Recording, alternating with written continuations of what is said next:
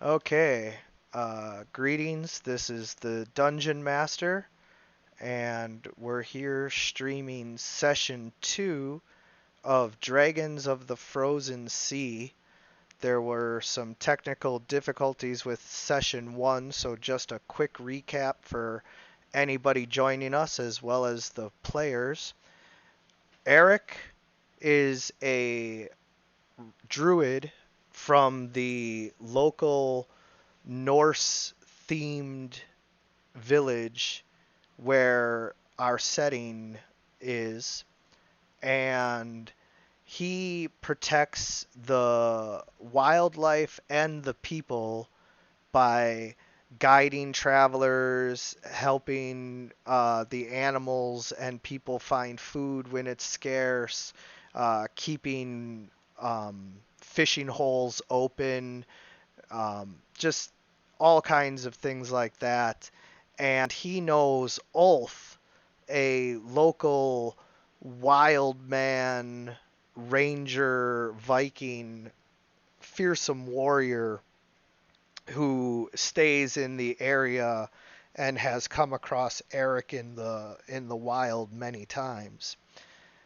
They were frequenting a tavern called the Staghorn Inn, a crossroads inn of sorts in the middle of nowhere, and Ixlana, a human bard from the south who travels around gathering bits of folklore and knowledge, stories and songs to tell and sing, which all bards bring back to the Bardic College in order to contribute to a sort of Library of Alexandria type of collection of all of the world's knowledge and stories, be they, fiction or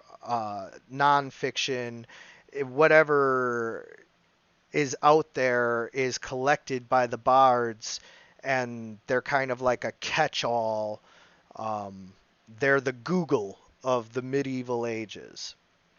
And so Ixlana has come to the frozen north because she has uncovered ancient maps that seem to indicate, sort of like the Pierre Reese map that shows what Antarctica's coastline looks like without the ice.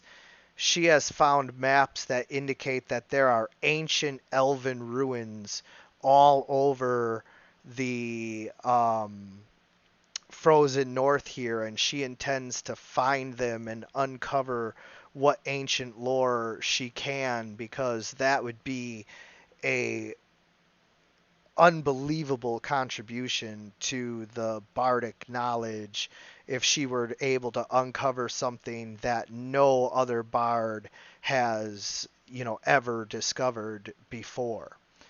And so she has come here. She speaks enough of the local dialect to get along, but these are hard-working, toiling people who raid the southern communities for food and goods, especially metal goods, which they are not very good at working up here. And so she hasn't found a whole lot of friends until she met Eric and Ulf. And the two of them, by their nature, are a little more adventurous and willing to leave the villages and go do things, and so they've accompanied Ixlana here and there as she's explored the north. Now, Bruce is a character that will be introduced a little bit later. He is from the much further north than here, and we have a whole little backstory worked out with him, but that won't be happening until later. And apparently, I need to drag his token back out here, or he won't be able to see. I don't know how that got deleted.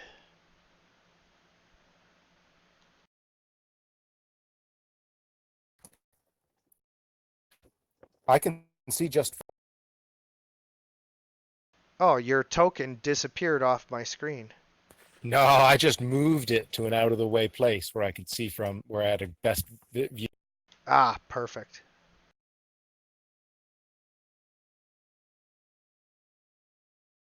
So, last session, these guys went and tried to help one of the locals who her son had gotten lost during a bandit attack.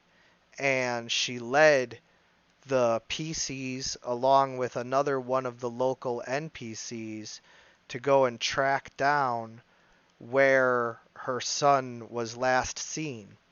And when they got there, her son was nowhere to be found, but they were attacked by bandits that were still in the area. And the local NPC, Ragi, was badly wounded. He took several arrows, and the rest of the party also had taken several arrows. Ulf was badly wounded as well, and so everybody decided to flee and regroup and come at this a little bit differently. So now they find themselves back at the Staghorn Inn, where Ragi has been placed on a table, Ulf being the brave warrior that he is, despite being completely out of vigor and therefore exhausted and badly wounded himself and bleeding everywhere, has refused any help thus far. Ragi has been helped by Hilderid, and she is seeing to his wounds. So, what do you guys do? Well, how we'll have to get a room because I'm out of spell power. I'm tired. It's been a day. Well, if you should get somebody to take a look at those wounds that you have. Yeah, that'd be nice. I am still out of spell power, right? Yeah, you still have your spells because you hadn't done anything with them last time. So, if you click on your token, what you'll see is a list of macros that you have ready to use. So, whatever you want to do, and you guys will see things like light torch and all of that, those will be useful later, but, Cure Light Wounds is right there. If you would like to cast that spell, you can. I okay. So you gave it back to me then because I was out of spell power. You were Cure out of light spell wound. power? Yes, but Oh, when I copied the tokens over, everything got messed up when I was doing everything. So Yeah. I guess I will subtract that, and we will go with you don't have spell power until we take a rest. well, whatever you want to do, but that's what I'm Yeah, just being if honest. no, I appreciate that. I run 3 games and I had to set them all up this week, so I've been doing a lot of macros. So little things like that can sometimes fall through the cracks. I appreciate you being honest about that, and for the sake of continuity, we'll go with you don't have the spell power. Well, since we're being honest, I think I was out of spell power as well. Now that I think about it, it was at the beginning of the week and I brought you guys back here and set you up for a full rest, but then decided to start right where we left off instead. Whichever, just I think we'll go turn in, get a long rest, and Yeah. heal up in the morning. Yeah, that's pretty much what I figured was going to happen, but at some point I changed my mind and was like, "No, start them right where they left off, let them decide." Yeah, we're gonna do just that. Get a long rest, I think. Yeah, have Eric slap some bandages on me and Yeah, I was going to say, turn in and get some. so Ulf is bleeding. I mean, I'm not applying actual bleed damage, but he is wounded and his wounds have not been cleaned or tended to, bandaged, anything like that. So I don't know, if anybody wants to. Well, I clean his wounds and slap some bandages on him and patch him up, and then as best I can, and then I go to sleep. So if you click on your token, you'll see initiative, perception, and then skills. The Bard kit, I don't believe has bandages. I think only the healer's kit has bandages. I'll ask if the innkeeper has any supplies for it. So Ivald is over tending to Ragi, and he has most of his rags out that he's using with Ragi, but he gives you guys one. So you at least have a clean bandage.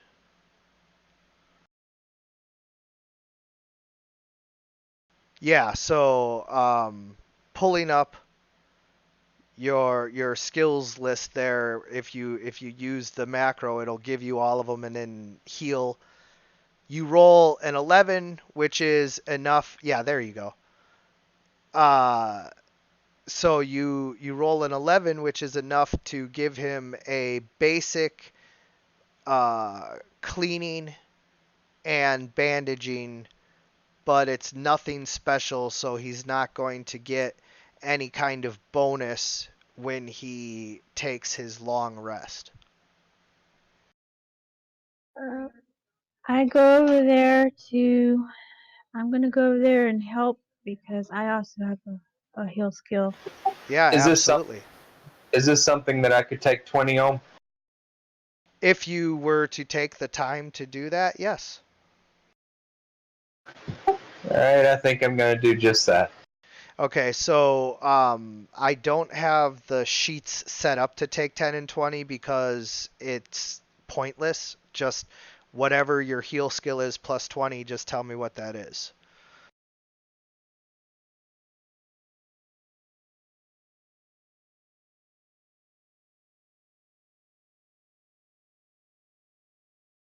Or I can look up here.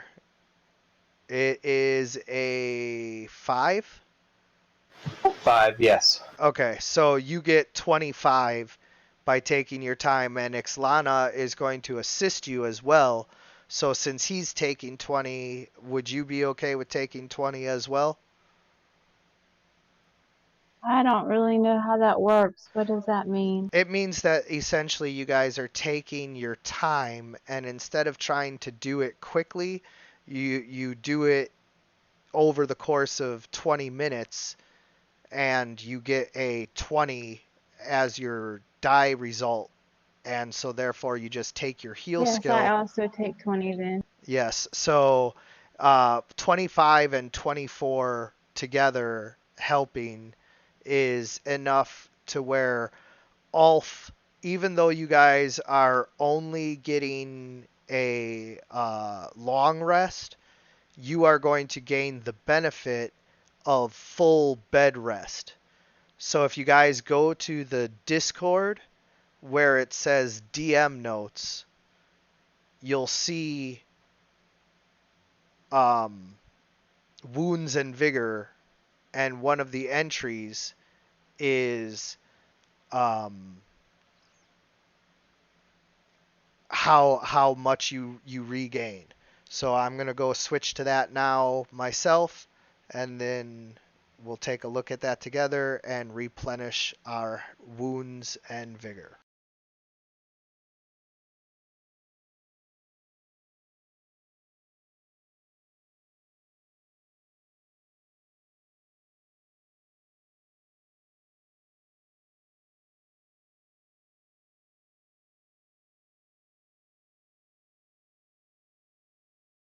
So you regain your level plus your constitution modifier in vigor when you rest for at least 10 rounds. That's a short breather rest that will allow you to regain your vigor so that you're not going into exhaustion just for trying to be a melee character. You regain 2 times your level plus your constitution modifier vigor and constitution modifier wounds every full rest, and 3 times your level plus constitution modifier vigor and half your level plus constitution modifier wounds for every day of complete bed rest. So you get 1/2 your level, which you're level 1, so that's 1, plus your constitution modifier in wounds back, and then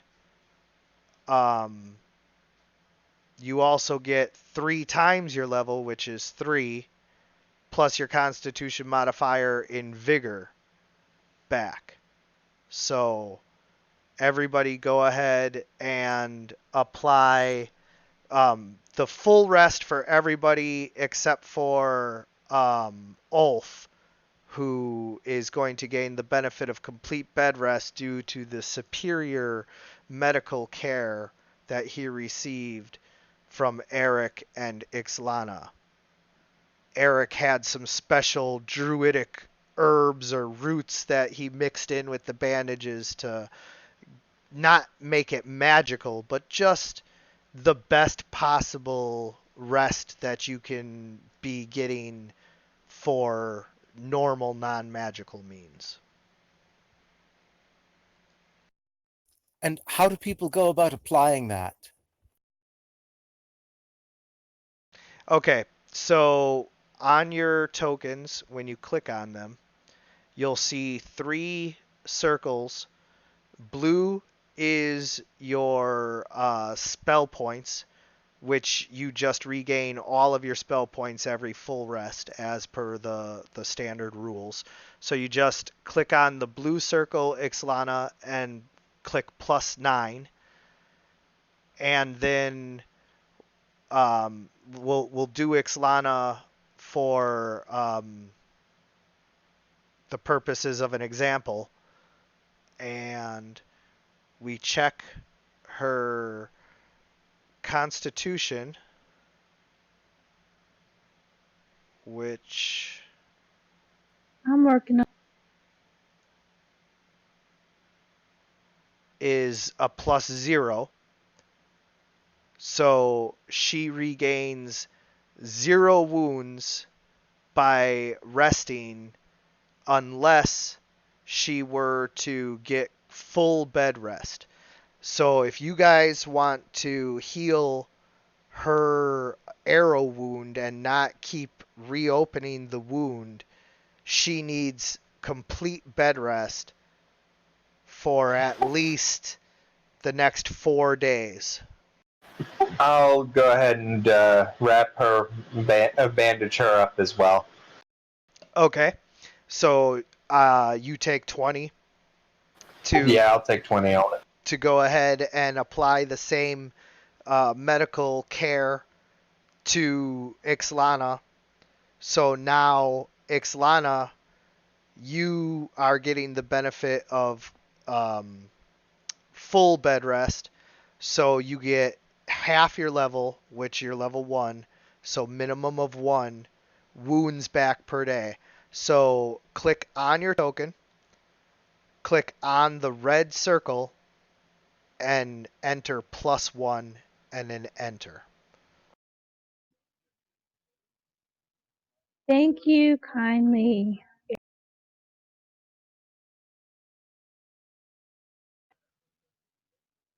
I feel a little better. You're welcome.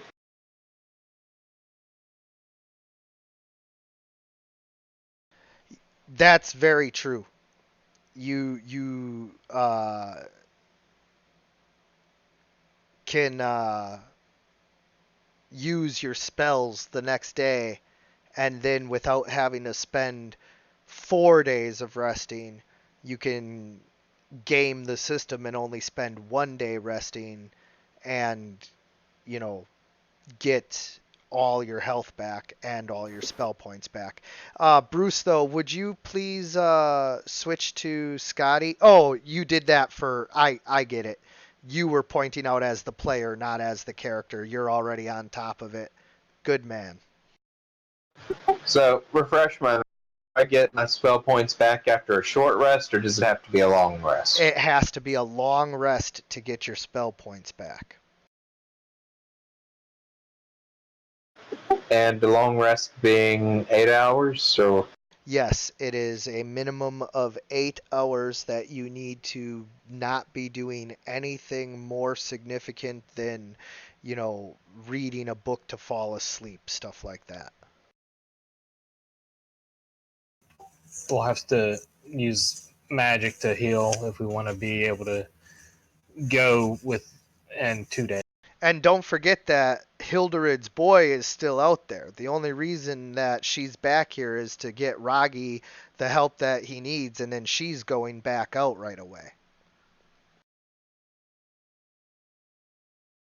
Not right to where the bandits are, but she's going to circle around and try to see if her boy is somewhere else.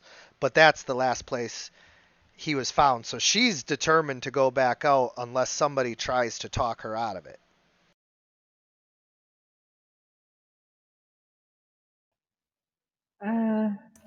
Yeah, I'm going to make a diplomacy check to try and talk her out and say it'll be better if we go in force. We can find him if he's still out there without endangering ourselves. And then Ixlana, go ahead and click on your blue circle and click +9 to replenish all of your spell points. Alright. And then, if you're going to do diplomacy, just click on your token and click on skills, or that works too, but so that is a natural 1. You have insulted Hilderid, and essentially she took it as you saying that she should just give up on searching for him. And even though that is completely not what you were intending to say at all, your words and the tone in your voice, because of the way that you came across, just that's how she took it. And she basically says to you, "What would you know? You don't have any kids and you never will."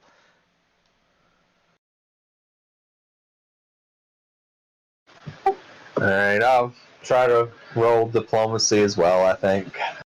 Okay, but bear in mind that now the difficulty is through the roof because of the insult that Ulf has given her. And so now she is determined to go out and find her son and prove him wrong no matter what. I'm going to fire back and say, I bled for your fucking son, and I'll bleed again if I have time, but I ain't going to die for that shit. So you give it up and just go straight to insulting her. You're like, yeah, whatever. I tried to be reasonable with you. Go find your son. I hope you both die. Pretty much.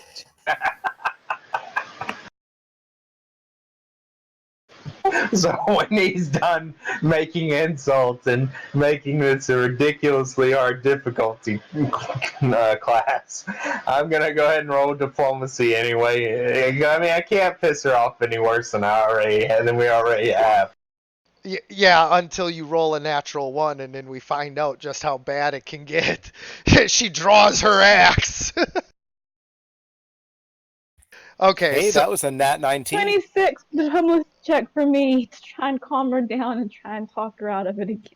yeah, so Ixlana quickly steps in to try and smooth over the situation, and she is speaking to Hildred woman to woman, Yeah, letting her know, these men, they don't understand, and they never can, but I understand, and I'm going to, help you, but we need to have the light of day on our side. We need to be able to see what's going on.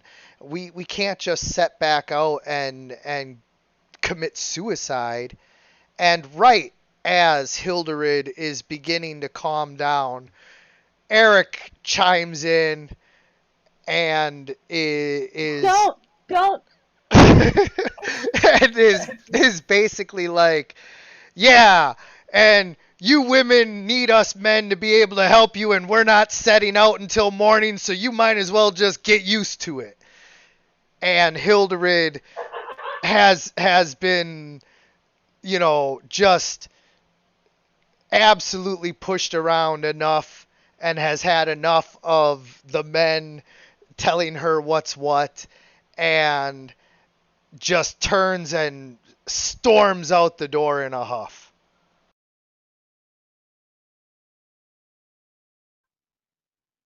Unless somebody physically stops her or something. Yeah. I can't physically stop her, but can I go outside and try and talk to some? Can I go outside and just You kind can of? chase after her, absolutely. Does anybody else follow Ixlana out the door to chase after her? As comical as it would be, I think I've done enough damage. Oh yeah, you guys have helped enough. But I didn't know if maybe you wanted to go Three Stooges it up some more out there. No, I'm gonna just grumble and try not to bleed everywhere. Yeah, you guys kind of just huff off to bed. Women. Women's, am I right? Am I right? So, Ixlana, you kind of chase after Hilderid, and she is, just storming off. She's not stopping, but she's not running either. So you're able to catch up with her, and although she does not turn to acknowledge you, the tears freezing to her face tell that she is in emotional turmoil. Okay, so do I have to go outside the door, or can I just do it right here? Yeah, no, there's no map set up for the Hilderid storms off because two people rolled natural ones in diplomacy setup. So So I quietly approach her and say, Hildy, I'm so sorry for those boorish men. They're just wild people that don't know any better. They spent most of their life in the woods. And you're right, they don't understand about kids and desperation that a mother feels when she's so worried. But the best chance we have of getting your son back is together. By And, yourself, you're not going to do him any good. You could die yourself, and then it, then he'll be without a mother on top of the trauma he's facing with the bandits. and while she's doing that, I'm taking a long rest. okay. Um, Before you do that, you might want to burn your spell points to heal me. Well, technically I don't have any spell points yet. Until he takes a long rest, correct? Yeah, but I'm doing that right now though. And then I'll wake up in the morning and heal you, and then we can set out again in the early that evening or late that afternoon. Yeah, so you guys can go ahead and do that. And just so that you know, um, healing replenishes wounds and vigor the same amount. Yeah, no, I was just about to say, so you give her the talk where you're just, trying to reason with her about her son won't have a mother if she storms off and gets herself killed now, and you need to roll another diplomacy, but this time you get a +2 bonus.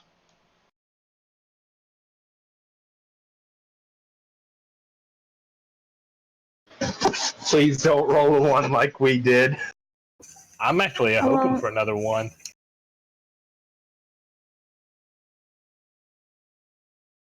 Did it go through? Yeah, but the first one was a 4. So, um, you get a total of 10. That's the good news. The bad news is that even though I set the difficulty class lower because it was just you on your own than what it would have been if she was still in the inn with the men around and all of that, I had set it at a 22 in order to represent just how insanely difficult it would be to convince her to calm down after the men had both insulted her. And then when you got her alone, I reduced that down to a 15. So I figured that it was difficult, but certainly within reason for a +6 to your diplomacy once you added in your convincing role playing speech. Unfortunately, you rolled low, and so even though she she My is diplomacy is +7. Well, hang on. If she rolled an 8, she has +6, and then she has a +2 bonus. That gets her up to 16 on it. Actually, my diplomacy is +7. your diplomacy is +7. It says plus Yes. it says +4 here. What is No. Look at my skills. It says Oh, +7. I'm so sorry. You had rolled heal. I I did not mean to roll here. Yes, yes, I see that. I see that. Okay, so even if we go with the 4 as the roll, so then the 7 gets you up to 11 and the 2 is 13. So not the 15 yet.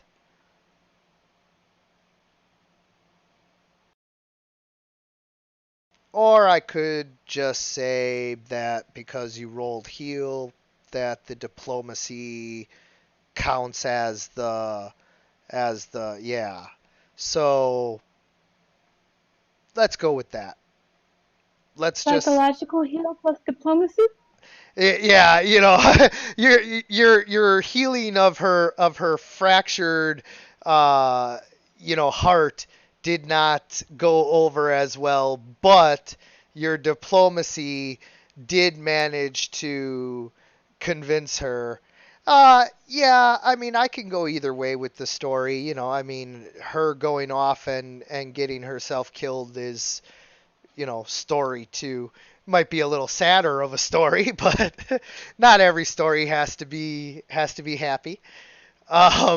So you manage to convince her begrudgingly to turn around, and she says, "But I won't go back in there. I'm gonna sleep out with the horses tonight." And she goes and uh, goes to lay down in the stable with the horses. Okay, well, I'll leave her there, and then I'm gonna go in for my rest.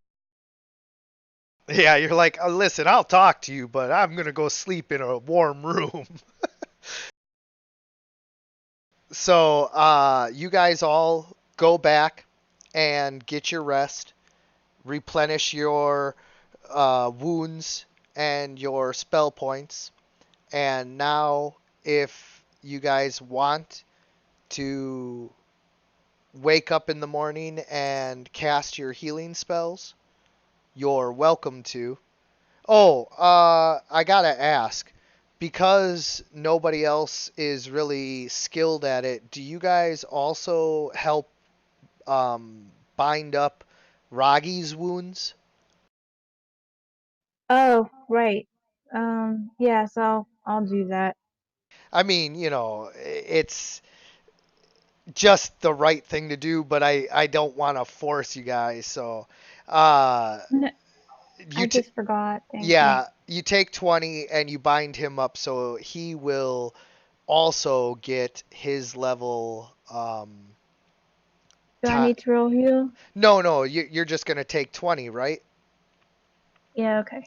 I mean, it'll just give you the guaranteed result that you're looking for. Thank you. So Ragi is a level 2, so that's still 1 plus Constitution modifier is 3, so he gets back 4 wounds.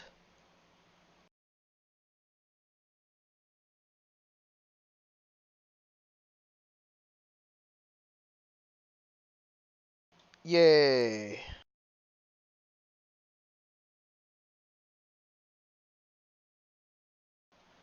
All right, so it is the morning.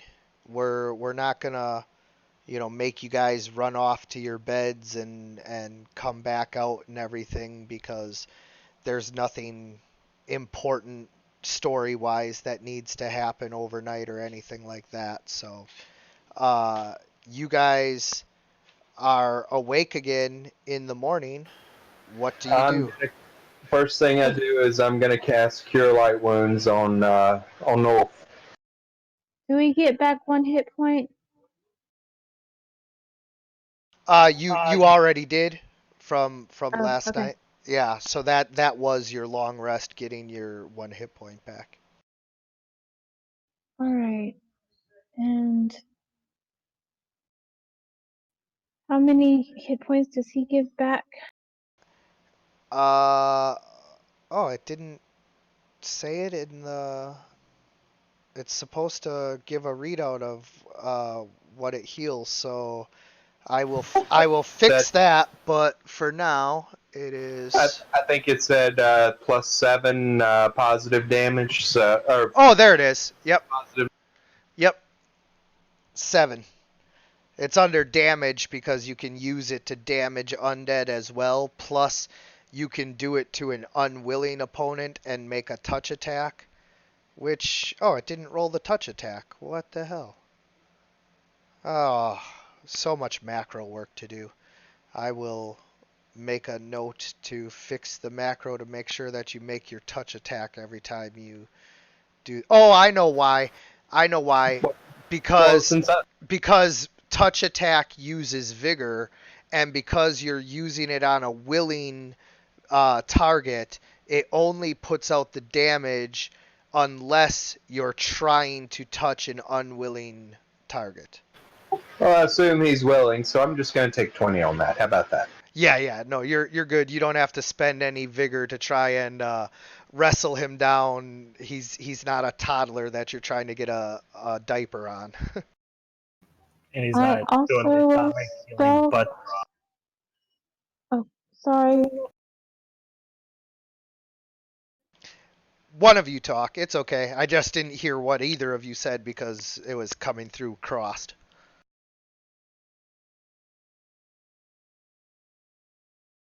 You get all All of your spell points back.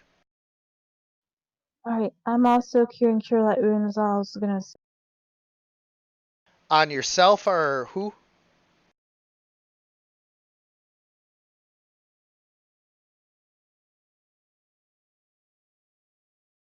Ixlana, are you casting Cure Light Wounds on yourself? No, on oh, Oh, on Ulf? Because he's not Well, healed hang yet? on, hang on.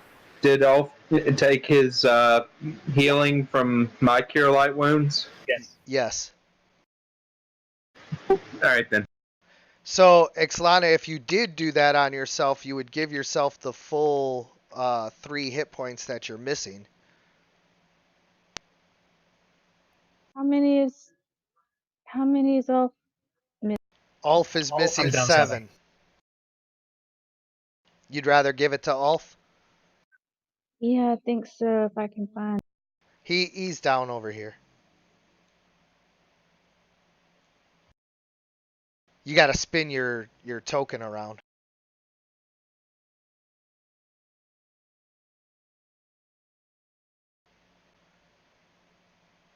All right, that puts me down 4.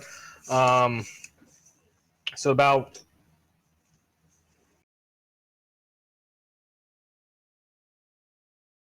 I haven't cast it off.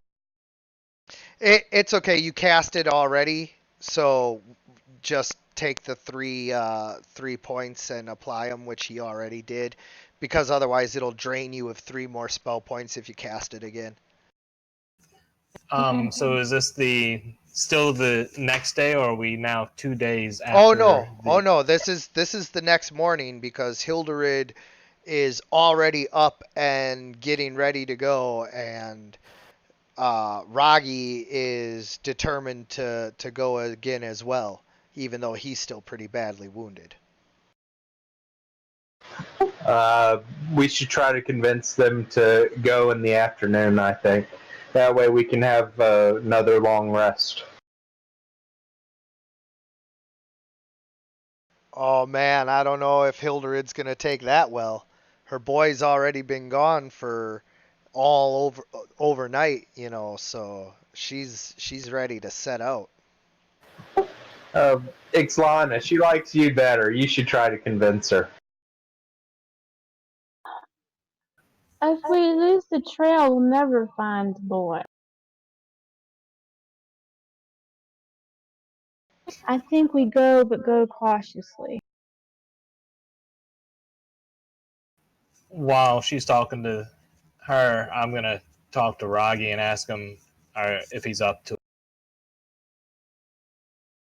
Ragi says that it's barely noticeable. I have a bit of a limp, but I'll be fine. Don't let me slow you down. I'll keep up. It's clear that he's still not 100%. I stand by what I said. I think we should go in the afternoon or in the early evening.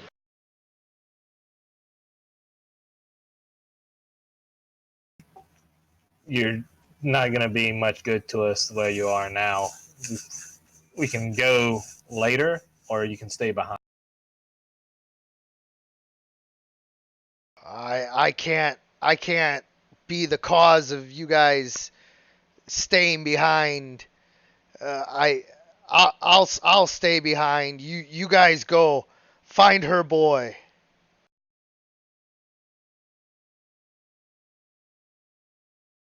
All right. All right. Gonna start packing up my gear to get ready to go out and uh, let the lady know that I'll be down shortly, ready to go. As soon as Okay, so everybody gets themselves ready to go, and Bruce, would you bring Scotty back over here so that I can bring you guys all to the next map?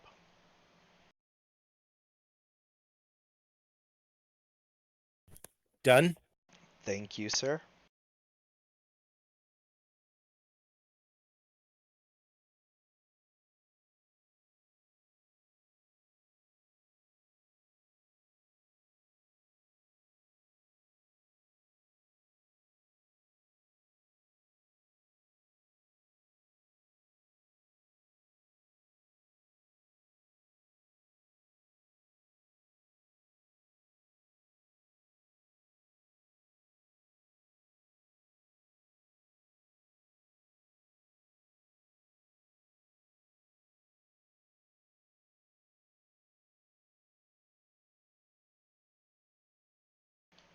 Okay, so you guys are free to arrange yourselves as you see fit, but you come upon the spot that you recognize from before as where you were when you last were on the trail of her son and the bandits attacked you.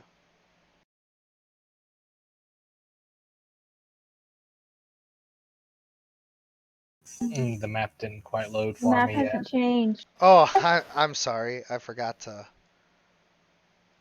There we go.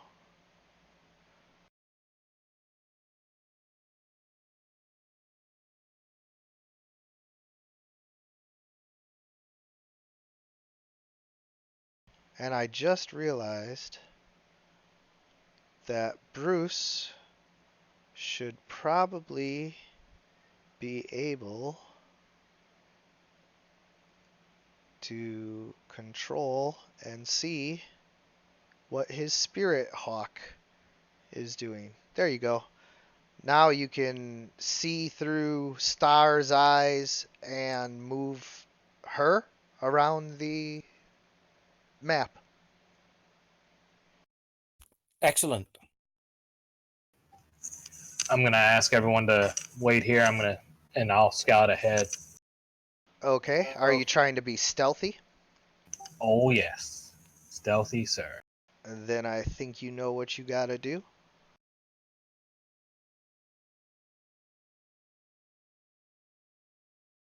Okay, so you move quietly forward. You don't know if you've been perceived or not, but you can see in the snow the blood from last night's battle. And I'm gonna roll perception checks every round and Okay. just keeping a lookout for it. Go ahead and roll one perception check. All right, so looking around, you cannot see any sign of anybody um, around.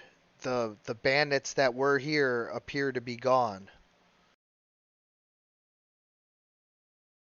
Gonna move up to where I drop my shield and see if that's still there.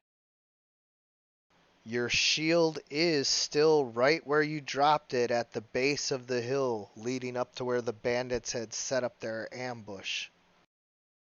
Still being stealthy. Gonna go up there and collect it and do perceptions and all that and see if anything changes. Okay, so roll stealth and perception once again. All right, so pretty consistently stealthy. Um, Looking around, you can see that there are a couple of arrows that the bandits dropped when they were here, but nothing else. No sign of anybody. I'm gonna move up some, not. I'm gonna let him take point, but I'm not gonna stay too far away from him. I'm just gonna move up to him close enough to where I could get to him if need be. Okay. I'm also moving up. Can I retrieve the arrows? If I Yeah. hear them, I'm gonna put a hand up as a signal for them to stay back. Hilderid sees you put your hand up and stops and motions for the rest of everybody to stop. I'm gonna take a 10 on the climb and check out where they were nestled above us, and after that, I'll just go to the top. Okay. So you climb up to where they were, and as you do so, uh, you see the arrows that I had mentioned, and a couple more arrows on the ground where they had shot at you guys. And you also can see the tracks where they went off further south. Are those tracks down the cliff or still up high? Down.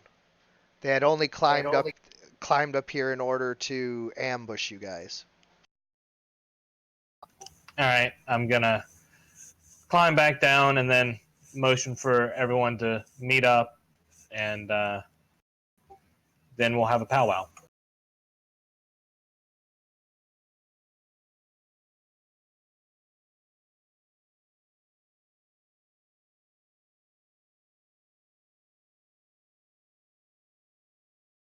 And Ixlana, as you come upon the arrows, you can attempt to retrieve them. So, why don't you go ahead and roll your search to see how well you spot all of the arrows? I guess spot would work, or perception would work too, but let's go with search for now. Okay, so just Click well, I on don't. click on your token. Click on the skills. Well, I think it would be perception because Oaf didn't tell her that the arrows are there. Yeah, that's true.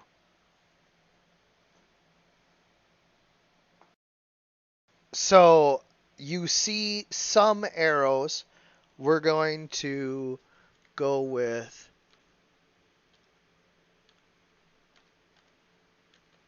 1d4 plus 1. Hey, look at that. You find 5 arrows. Do I need to add those somehow, or are you just gonna? There is a spot on your character sheet for ammo, for your short bow or long bow, short bow. Um, and also, oh right, yeah, it's not on your bar because I don't get enough bars to be able to do wounds, vigor, spell points, and ammo. So yeah, you just have to open your character sheet and then under weapons you'll see short bow, and if you open up that even further, I'll roll a perception as well. so I'm opening it up with you so that we can go through this together. So attacks, oops, where, oh there we go, attacks, and then short bow, oh wait, hold Hang on, on. hold on, it's under attacks, short bow, and you can see ammo, and you just click that up to 25. Okay, I'm rolling a perception as well. Okay. And give me just 1 second. Go ahead and roll your perception, and then I'll tell you what you see. 17 plus whatever. Hang on. Yep. Okay, got it. And give me just 1 minute.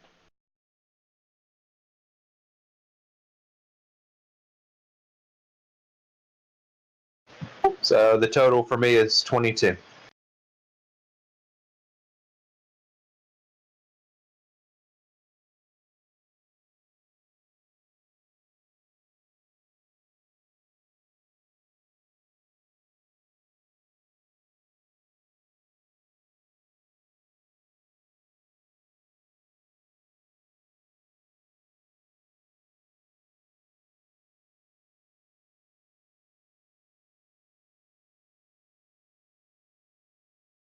All right, after they're done picking out arrows,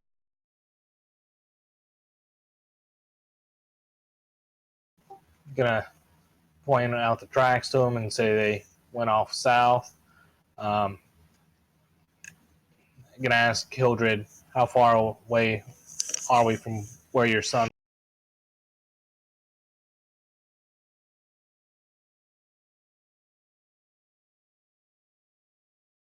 Okay, so you spot a couple of arrows that Ixlana missed. Um, Let's see how many.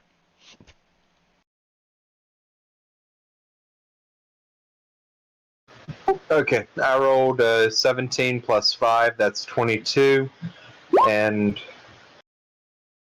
Oh, hang on. I rolled for my cub instead.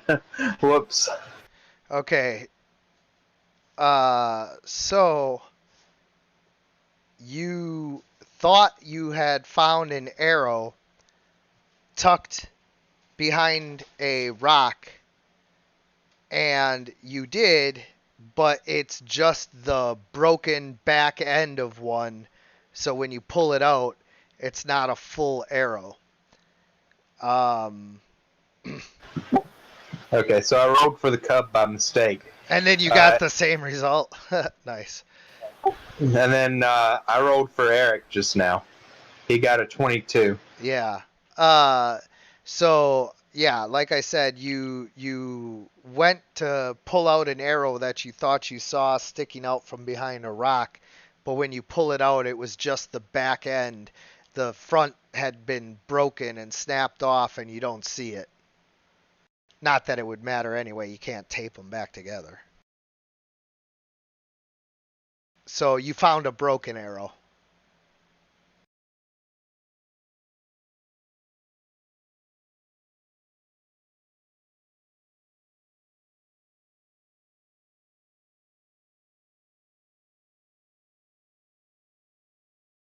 So we got the tracks from the bandits that lead south, and Yes. we don't have tracks for her son, do we? Well, he was last seen around here, and the only tracks that you can see lead south. Due to how many tracks there are, and it looks like there was some kind of a battle, it's impossible to say what the tracks all are or who all made them, but it was definitely coming from where the bandits were. Most likely it's the bandits' tracks, and you can't tell how many there are.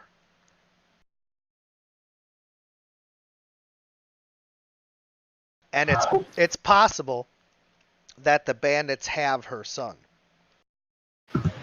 Well, should we roll? What would we even roll to try to track them? Would it be survival or? Survival, and the ranger would have the best chance at that because he gets a bonus to follow tracks with the survival skill. So I see where the bandits went. I don't know if your son went another direction. We can follow the bandits, or we can take some time and see if he ran away. Let's follow the bandits. They deserve to die for what they did to me and mine. But your son could be somewhere else. He could still be out there. And he could be with the bandits. You know, the more you guys talk, the more I wonder whether or not you're true Viking men who want to go and help me find my son, or whether you'd rather be in the kitchen cooking up food with the rest of the women. I say we just let her search for her son by herself. We If might be he was fixing to have a last seen with the combat. bandits, he's probably still with the bandits. Unless they've hidden him somewhere else, but most likely scenario is they still. I think you're just scared to face the bandits.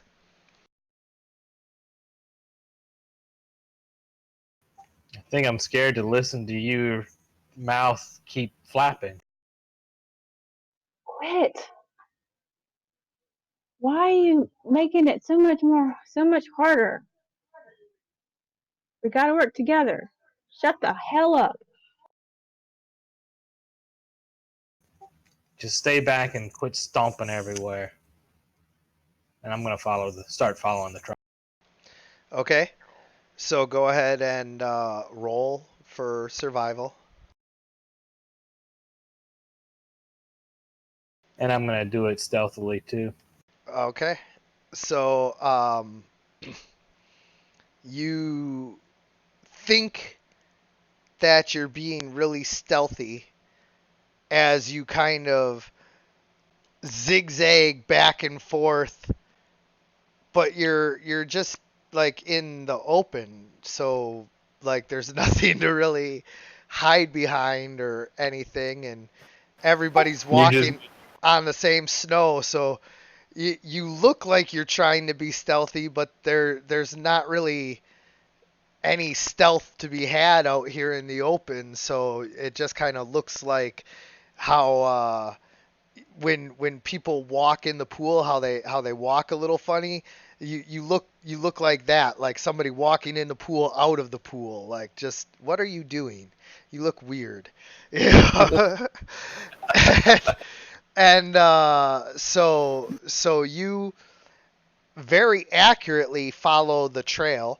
It's in the snow, and there was more than just a few people, so you definitely are able to follow the trail, but it's just you're trying to be stealthy for a weird reason. So, uh, Bruce, if you and Scotty and Star would like to join us, we're gonna move on to the next map. I'm guessing the tracks are about the approximate age of the night encounter. Let Yes. me know if the tracks start looking fresher. Yes.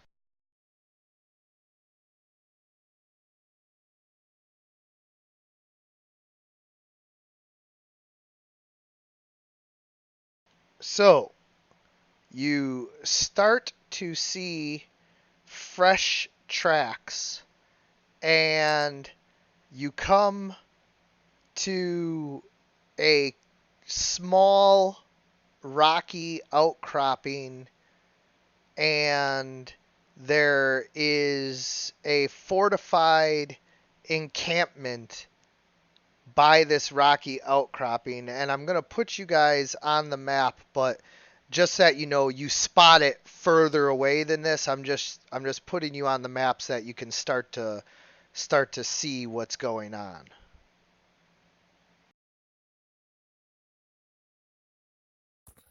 We're still looking at the other map, I think. Yes, I haven't put you on there just yet. Just 1 second.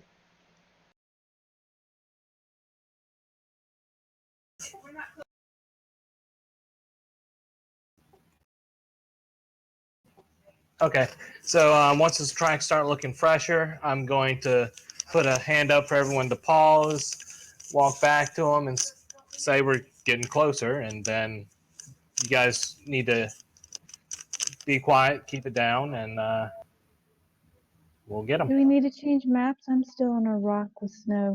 Yeah, no, we're gonna change in just a second. And stay 60 feet back until we get closer, unless you're sneaky.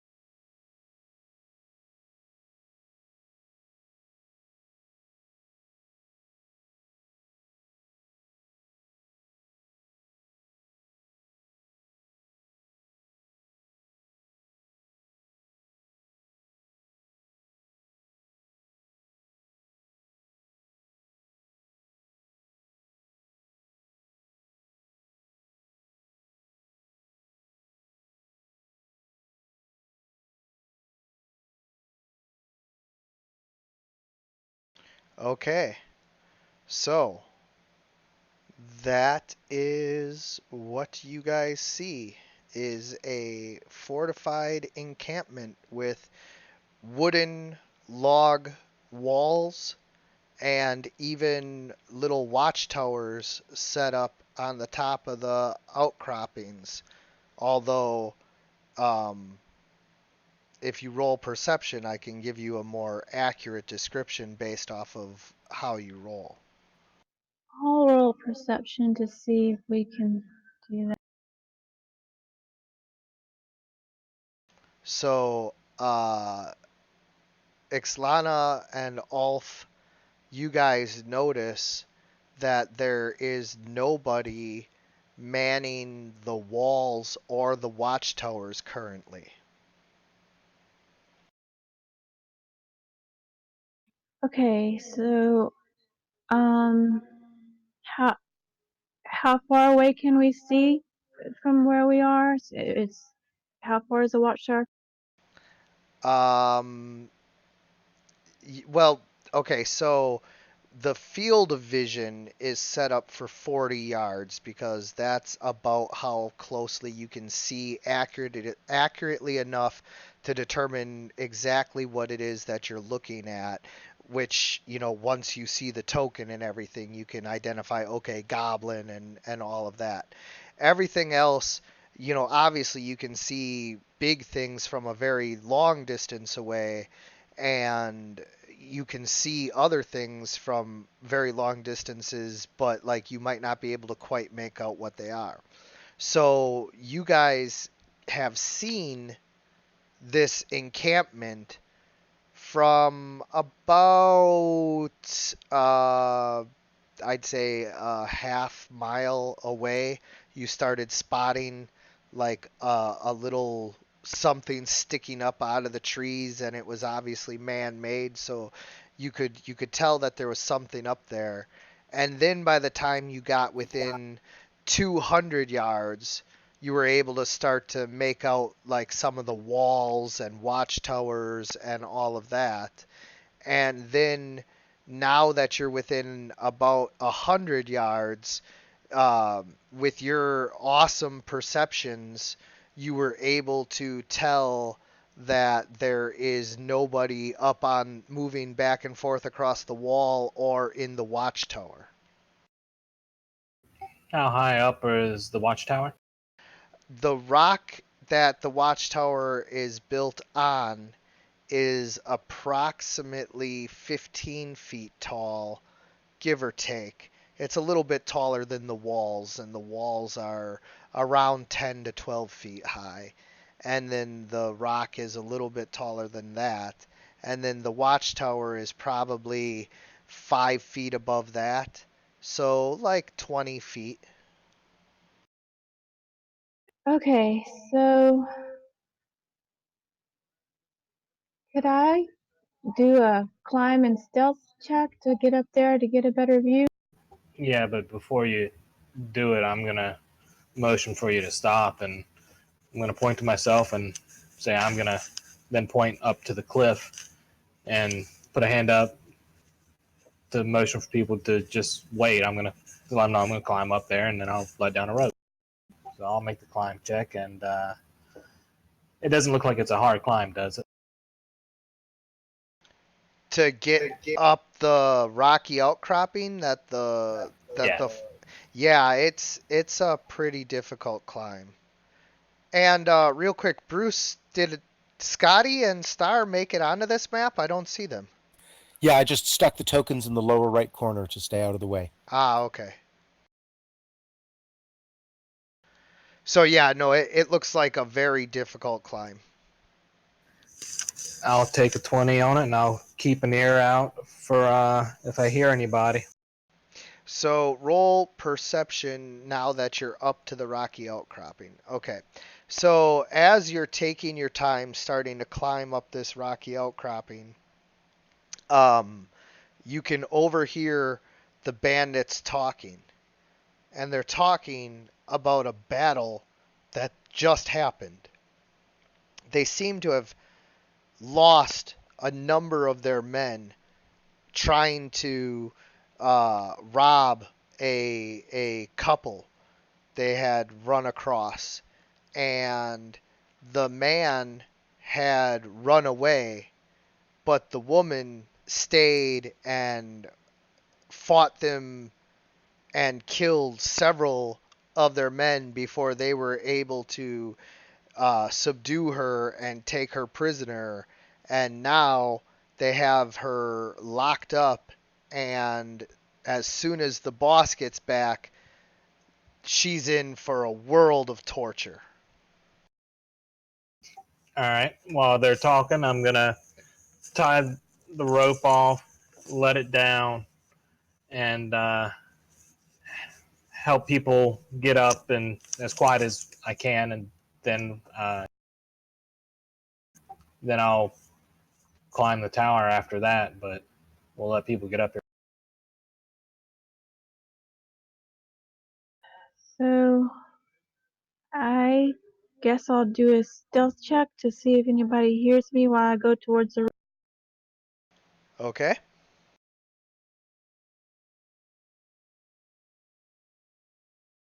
And yeah, the vision's kind of screwy. It's being blocked by the tower. Yeah, you're being blocked because you weren't supposed to be able to get over there. But the way that this encounter played out and everything, you guys actually are able to, apparently. So there you go. Better. Yay! I'll go All ahead. right. I'll go ahead and roll stealth and take a 20 on the climb if I can. Yeah, so now that he's got the rope down there, uh, basically anybody with a strength score above 10 can take 20 on it. If you don't have at least a 10 strength, you still have to roll.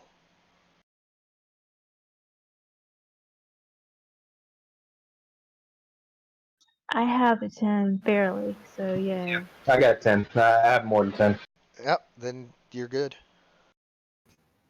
Once everyone's up here, I'm gonna whisper weapons and point to my bow and see who else has ranged. Uh, Eric, do you leave Viter down here or do you carry him up with you? I think he's capable of climbing himself. He is capable, but like I said, this rocky outcropping is very difficult, and he is not capable of climbing a rope.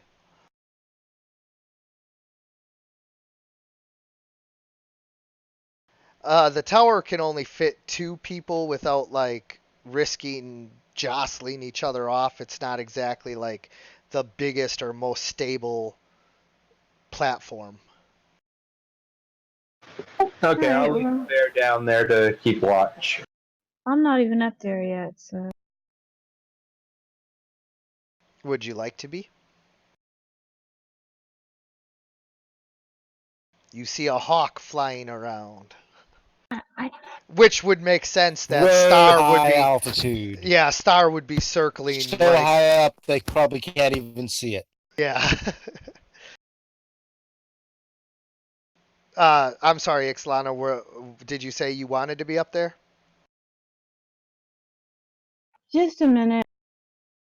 Okay. Eric, you once again think you're being stealthy, but you're climbing a rope, so it doesn't go over so well. Okay, so I go ahead and climb the rope, and I guess I get where Ulf is. Okay. I think though he wanted to get Ixlana and him up there to snipe is where I think he was going with that. Ah, okay. Well, yeah, we'll do that. Yeah, movement issues. Hang on. Yeah, that's because the dynamic lighting prevents you from being able to move through stuff that's blocked off like that. You just gotta let me know, and then I pull you onto the other side when you're able to bypass it somehow. By the way, how much vigor did my bear gain from the long rest? He gained 5.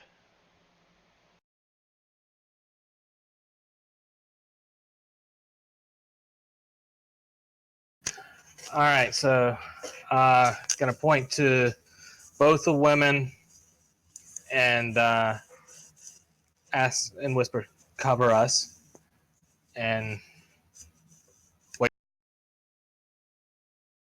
Okay.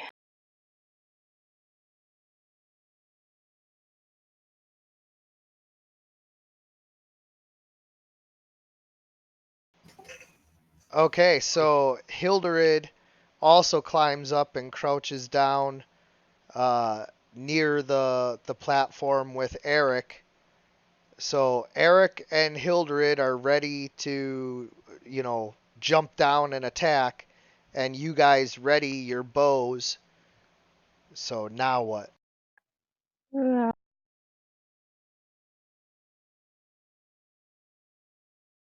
Let me check my performance and see if I have something to help with my real quick. To help with my bows. I think I do. Yeah, I was just about to roll for the bandits, so um, that will give them a penalty on their roll. So I guess we roll initiative now. In 1 second, there's a timer that starts when we roll initiative. I just need to roll for the bandits real quick, and then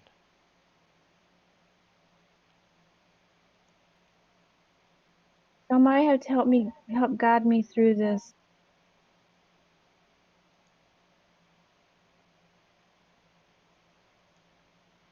okay. So the bandits got a 16 to notice you guys, and um,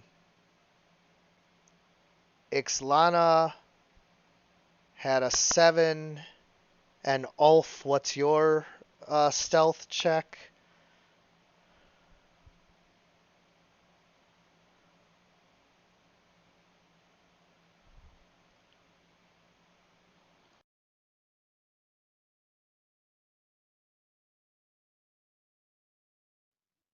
No, you're talking about the 7 I rolled earlier, right? Yes. Ulf, what's Okay. your stealth check? Oh, sorry. I thought you were talking about her. No, no, I already got her. Okay. So yeah, the bandits turn and notice you guys right as you're getting ready, so nobody gets a surprise round here. So both of us can just roll for initiative, and we'll go from there.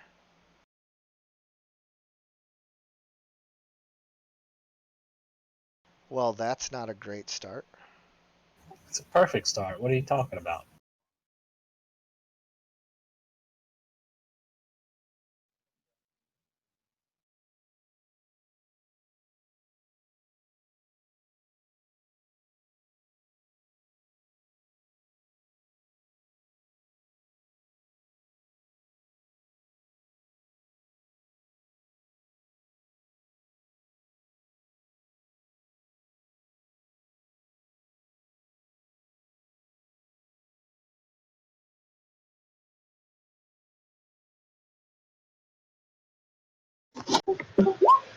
Okay. So as you Should I go, guys, should I what? go ahead and roll for my bear as well? Yes. I'm sorry. I didn't notice that Veter hadn't rolled. Yes, you can roll for Veter.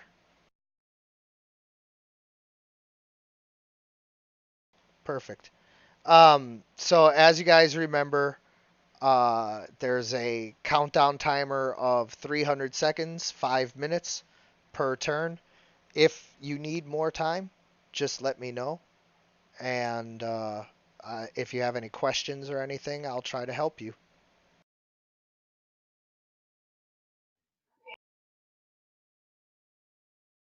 So I'm first. You are Yep, you are. first, and if you click on your token, most of your combat actions are going to be right there in front of you. Everything from unarmed strike to launching or loosing an arrow from your short bow. Anything that you want to do is right there. Um, I thought I had a spell for a missile thing with my bow. Some pause.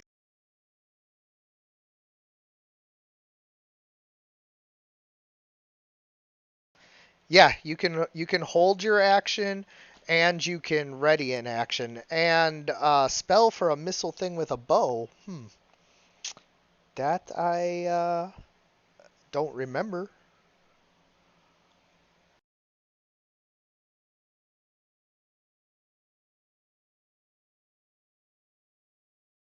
Oh no, I changed it. I Okay. had an arcane song. Oh, I gotcha. You were looking at like the arcane archer class or something like that.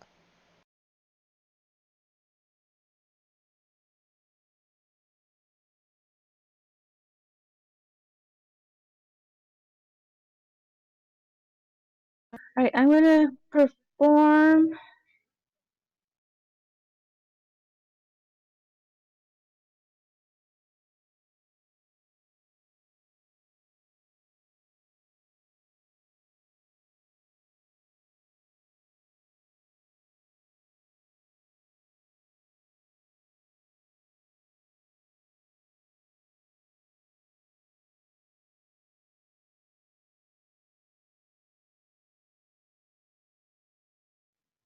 She's trying to figure out what performance things she Can has you that give hold buffs the and timer for a class second? skills. I'm Can sorry. you pause the timer for a second, please?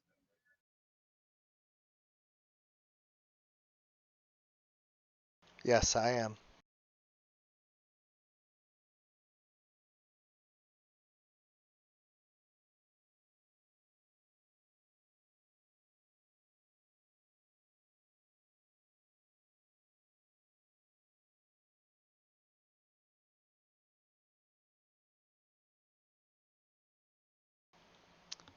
Yeah.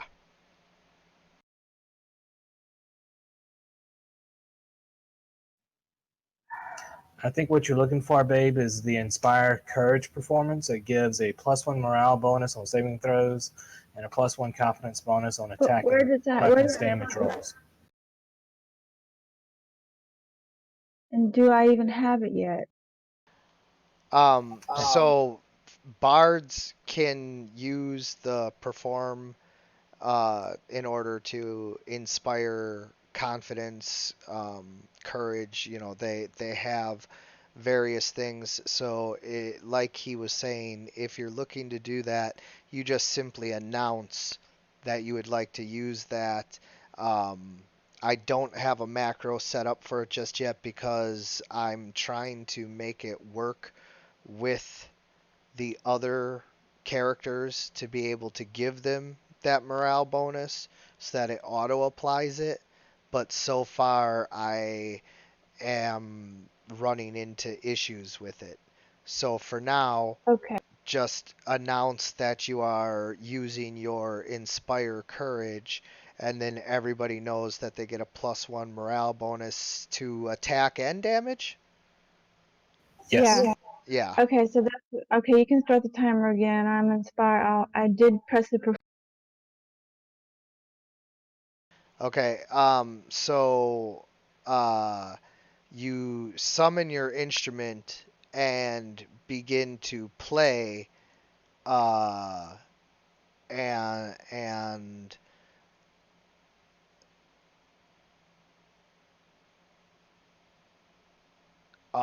the bandits all look up at you, and your allies are all filled with courage as you drop your weapon and begin to just play bravely in the face of the arrows that will surely be launched your way.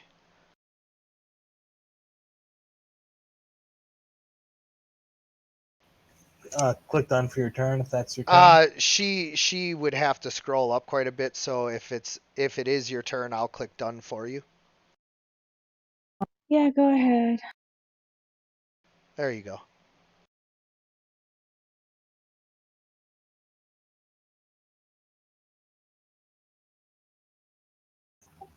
Eric.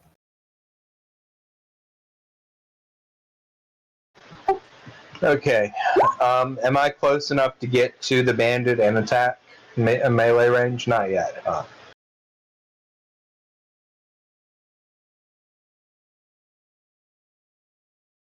No, you are up on the wall, so you would have to jump down and then charge across this little ravine, which does slow you down. That's why they have a plank over here.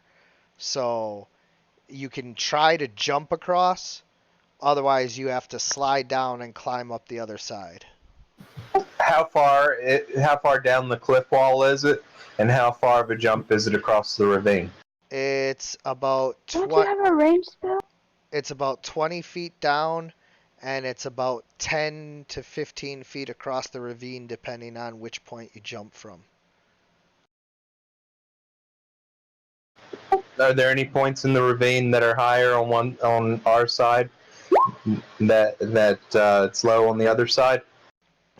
There's no point that's going to give you enough of an advantage to make a difference. Just points that are 10 feet and points that are 15 feet. All right. Well, I start the process of climbing down the rock wall. You don't have any ranged weapons? Or I don't. spell? I don't have anything that's ranged.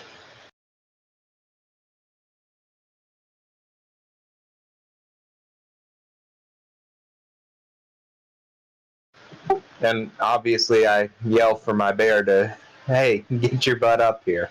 You do have flair. Do the Okay. spell. Flare. But I've already used my spell points for the day. No, you haven't. Flair is 0 level though, right? So it only costs 1, so you still can use 2 0 level spells. Okay. Well, in that case, I'll use. Am I in range of a bandit? Let me double check what the distance is on Flare.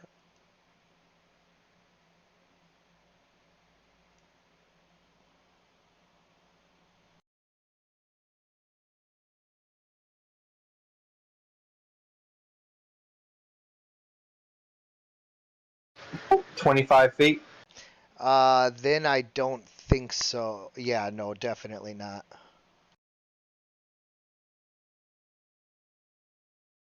It's 25 feet plus 5 feet per 2 levels.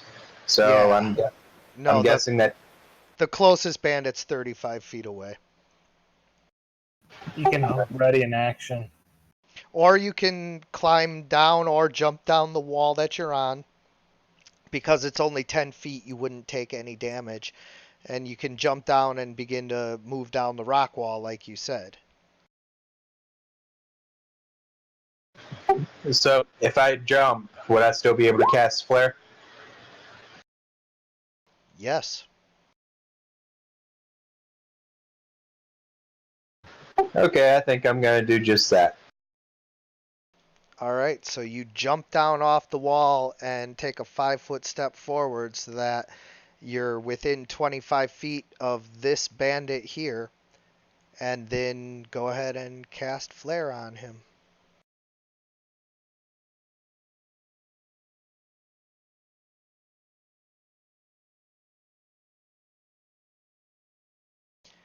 All right, so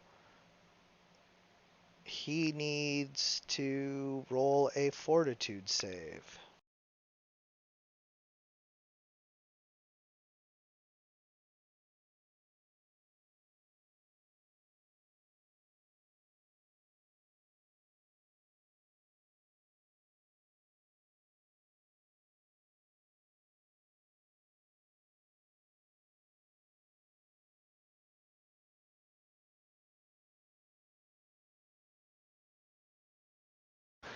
And that'll be my turn. So the bandit manages to make his Fortitude save. Eric casts a blinding flare into his eyes, but the bandit turned just in time to not be affected. Gonna fire my bow.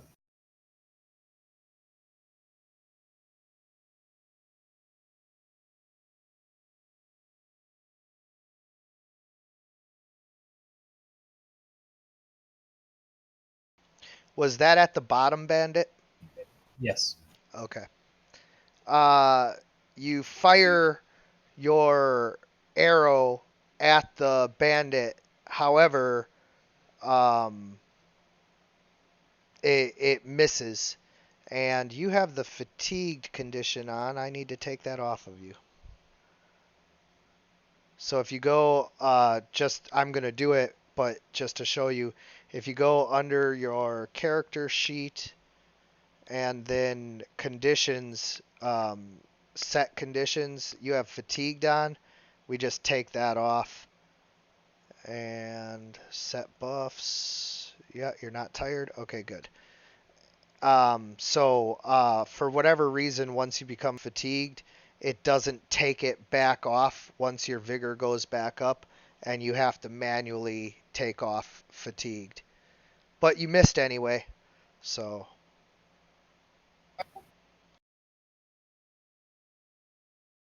Veter doesn't quite understand what's happening and saw you climb up the rock, so he is trying to climb up the rock, but it's very difficult. Well, I guess he needs to roll a climb check, huh? Yeah, if you'd like to roll a climb check for him, you can.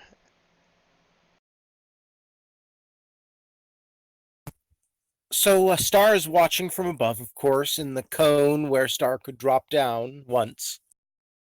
The bandits all seem to have noticed this group of bumbling people approaching their camp, right? Oh, for sure. The bandits So, are ready to defend their camp. so is Master conscious or unconscious? Do I know? Cannot see inside the cave. That's why you keep circling around, because you know that you can't fly into the cave. That'd be suicide. But that's where she is. Is there one bandit that's that has a? Is there a bandit threatening them with a bow that in the back? Yes. I kind of like to drop on one, but I don't. But I don't want to be seen by the others. Yes. So all of the bandits have bows, and that one right in the back there would be your target.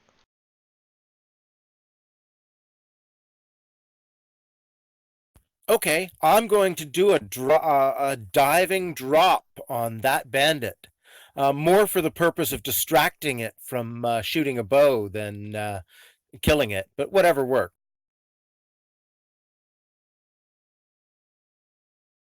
I'll just roll a raw d20. How about you tell me what that does? Actually, if you click on Star, she should have the same macros up as everybody else. Let me see.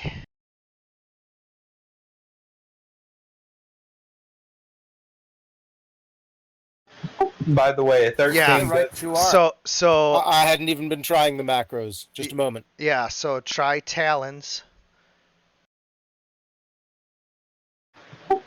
By the way, a 13 doesn't get Peter up the rock wall, does it? Not all the way, but he does climb a little ways up. I tried to move him just one square up. So Star dives in with her talons. As you said, she's not really hitting anything, but it is very distracting to have a hawk come in and slash at your face with their talons while you're trying to fire a bow. So that particular bandit is going to have severe penalties when he tries to shoot. I presume Hawk can't also get away. No, because you don't have the flyby attack feat. Yeah, didn't think so. But if he attacks with a bow, it should provoke an attack of opportunity. Oh, that is true. Because you're right there, he would technically provoke an attack from you. I'm sure he'll manage. Done with my turn. Yeah, and then if that's your turn, if you scroll up, you'll see done in the chat. I'm looking for that. No, I don't see that.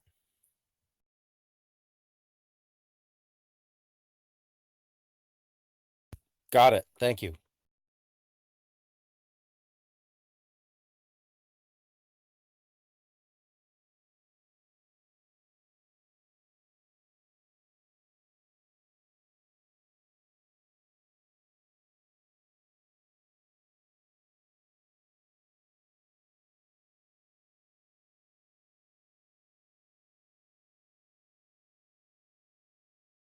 So it's Hildred's turn, eh?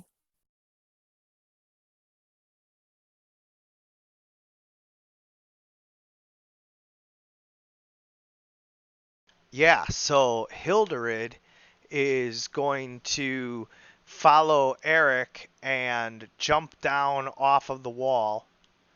And then she is going to move forward to cross the plank.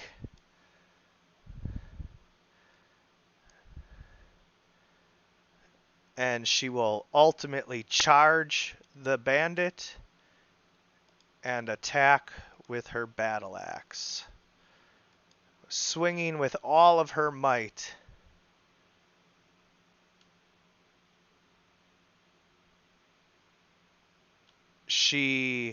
I don't know why it whispered it.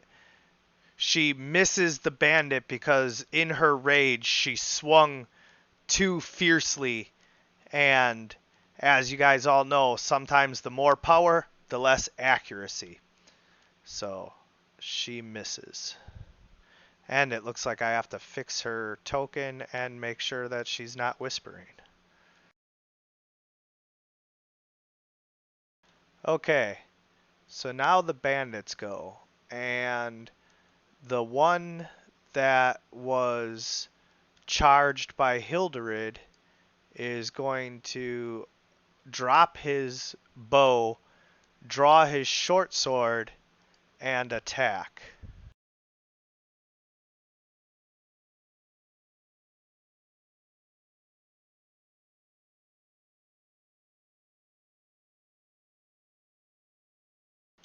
Broken macros all over the place.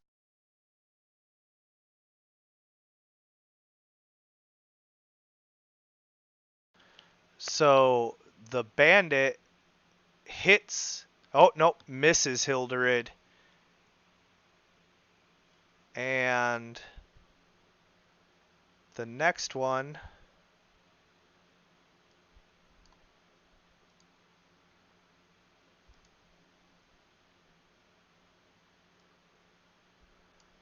fires at Ixlana.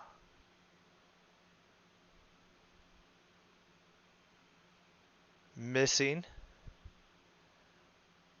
And the next one fires at Eric, hitting Eric for 4 damage. And the last one that's star distracted fires at Ixlana with a -5 penalty, missing. And that is a crit.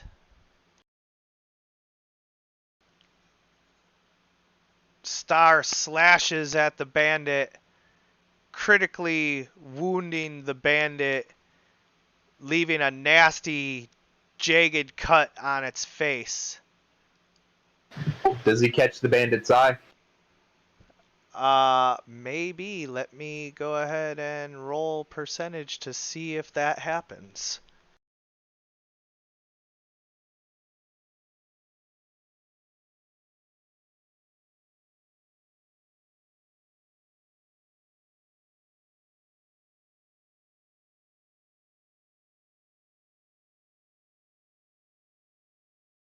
He does not catch the bandit's eye, but the cut is above the eye, and so therefore it is dripping blood and will cause a permanent distraction for this fight.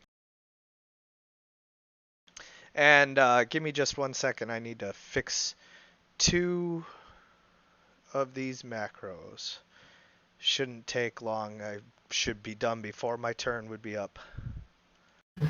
No, that's what I like to hear about the distraction.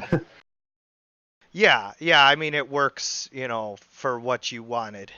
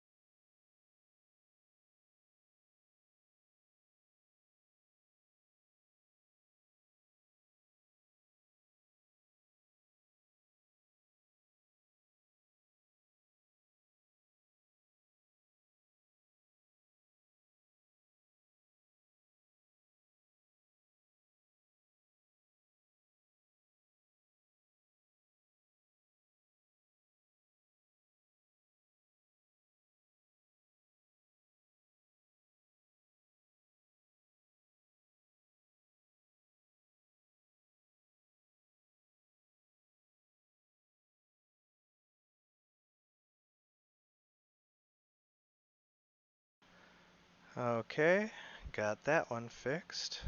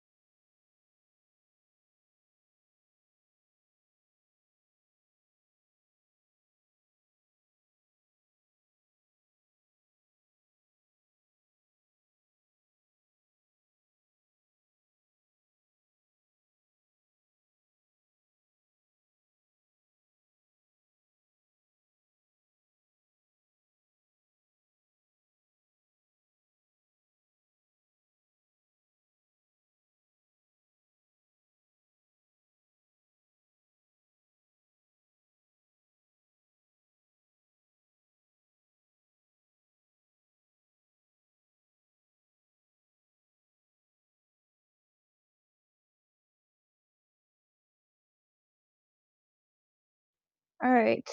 So my performance is still going. I hum a little and pick up my bow, and I'm gonna aim it. I don't know if that's gonna have to be a free. I don't know if that's a free action or a standard action though. Aiming? That's part of the attack. Okay, so my standard action is while I'm humming is to attack one of the bandits. I'd say go for the one that Hilderig is going for. I would recommend against that because you have a chance of hitting Hildred. Yes, not only does she supply a cover bonus to the bandit to her armor class, making it harder to hit her, and the bandit is also behind this hut, so you don't even have a clear line of sight. So she has cover from the hut, she has cover from Hilderid, and then because you're firing into melee, it's also -4 to. Yeah, forget what I just said. Okay, so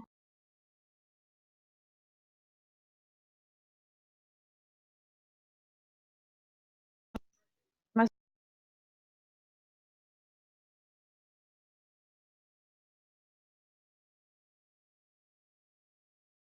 But there is the other bandit over here. I've got yeah, I see it. I got it now. Yeah, All right. your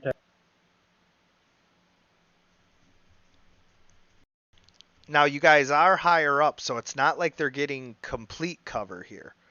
But the partial cover that they are receiving is making it harder for you to hit them. Although this bandit is far enough away from the hut to where you have a clear line of All right, I sight. just shot at him.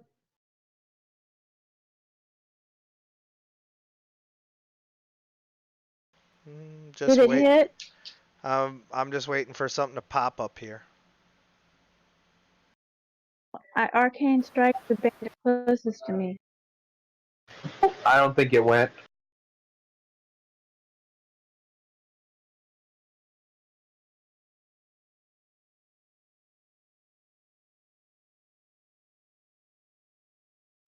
It's not letting me shoot.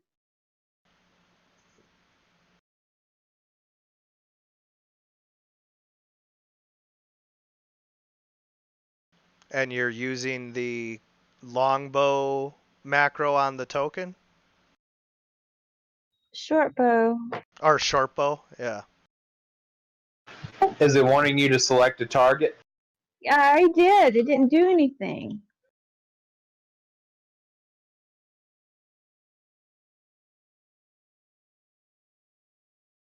I'm looking.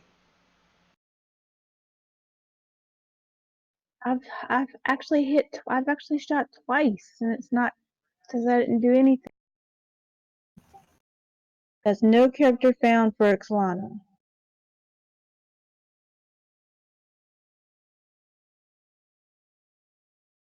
No character found for Ixlana. Just roll a dice and do it manually. Did you change your character name or something? No, not that I know of. Hold on.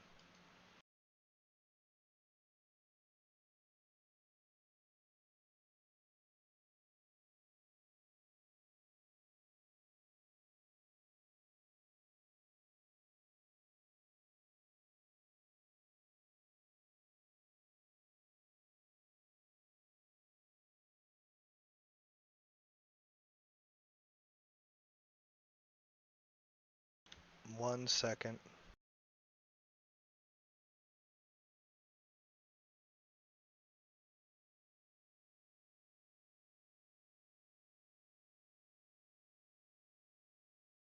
It says error with formula.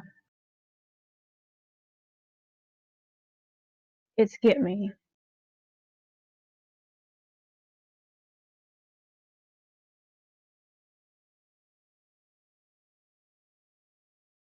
One second.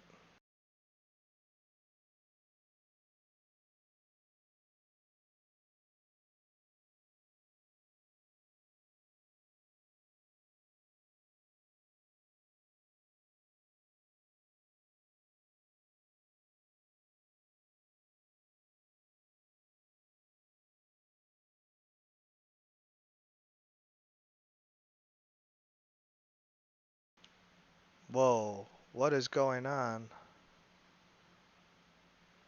It's get me. No, not that. It looks like it did go once when you did it for her. Yeah, I don't know what is going on here. There is something seriously wrong with the macro. But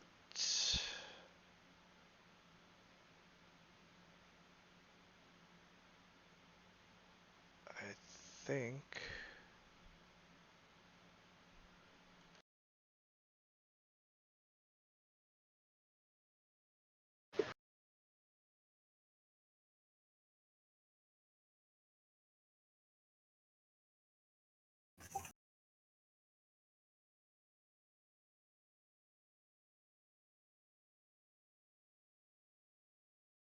okay.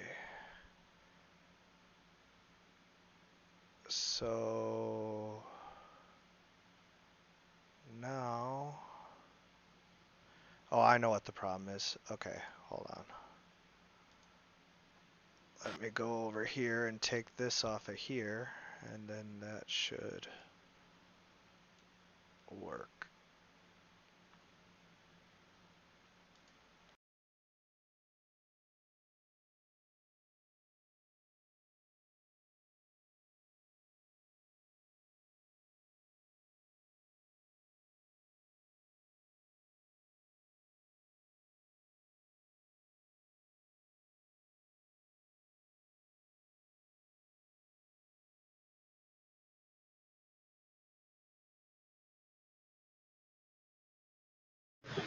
Is there a way to pause the timer?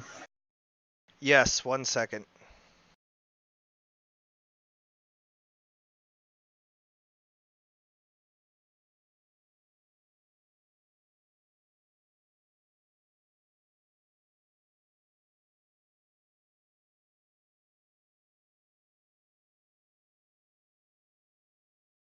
Okay.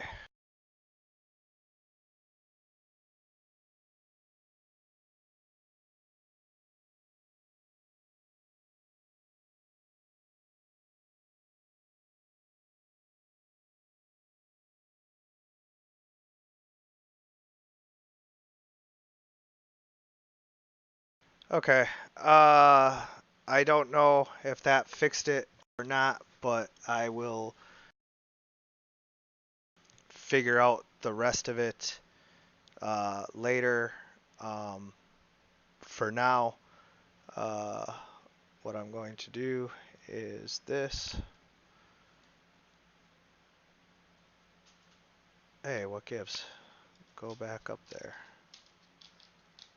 There we go. Okay, so now it's Ixlana's turn again, and we're going to try and get this to work. No. Okay. I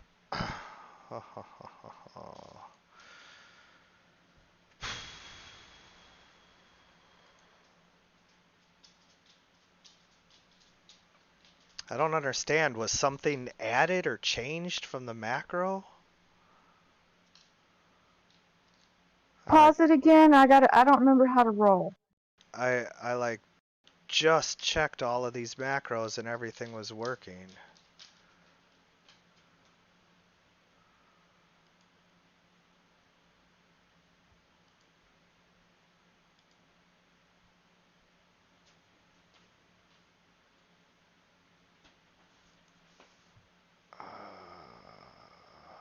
So annoying.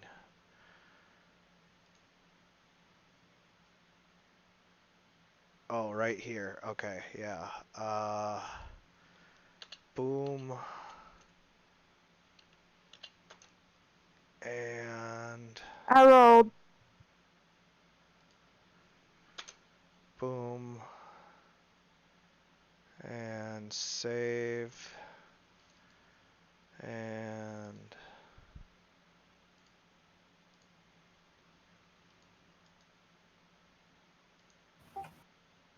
yeah, that is what I thought. So we're going to let your roll of 19 count. Your macro is working just fine now. So damage of 6 to that bandit. Eric, it is your turn.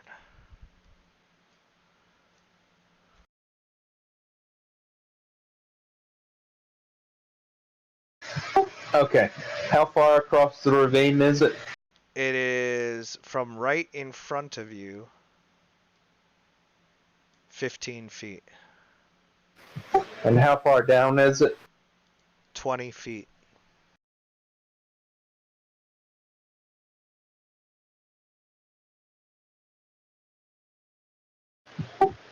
And how deep is it? The water, I mean? Oh, there's no water. Oh, no water? Okay. Well, Oh, yeah, no, I guess that is water, isn't it? I just assumed that it was just a pit, but yeah, no, that is water. Um, I don't know. You wouldn't be able to tell how deep the water is. okay. Do I see any rocks sticking up from where I am? No.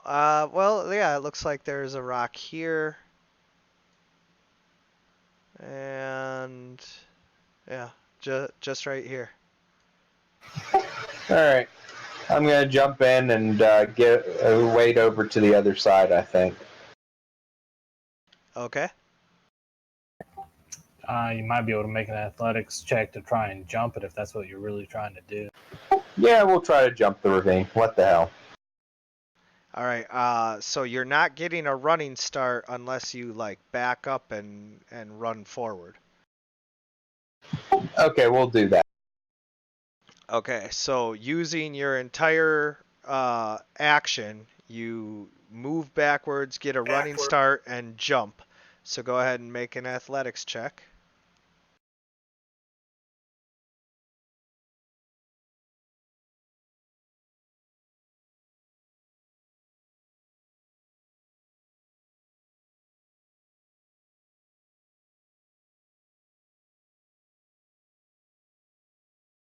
You mean an acrobatics check? No, athletics. If you click on your token and click skills, there will be at why is there no athletics? I think that's D&D 5. Oh. Then yeah, acrobatics. Huh. Amazing how quickly I got used to 5th edition having athletics as a skill.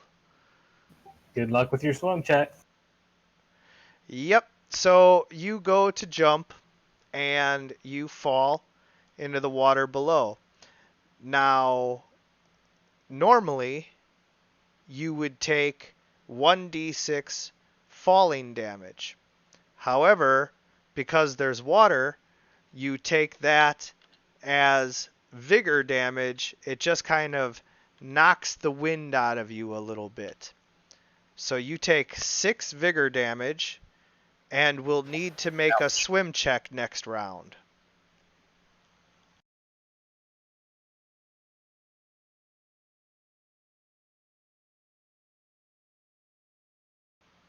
Ulf.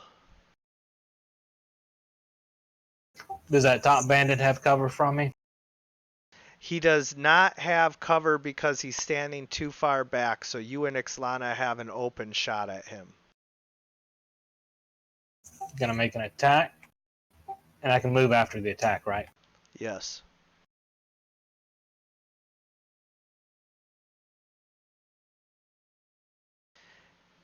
Loosing an arrow at the bandit, you strike him for 7 wounds, going straight to his wounds because the arrow pierces his leather armor. Gonna climb down, move towards the bridge. How much movement points does it cost me to climb down? And I'll calculate. If you're climbing down, it takes your entire move action.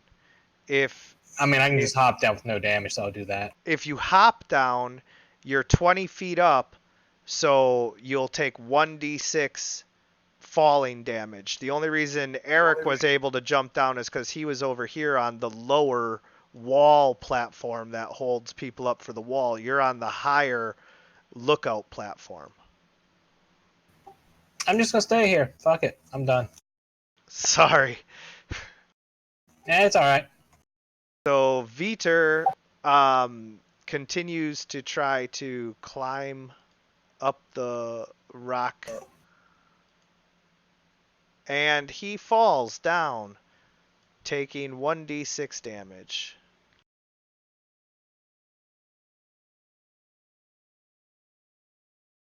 Viter takes 6 points of damage.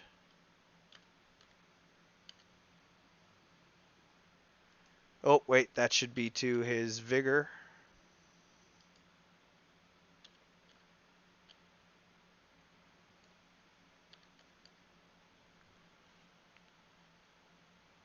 Okay. Star.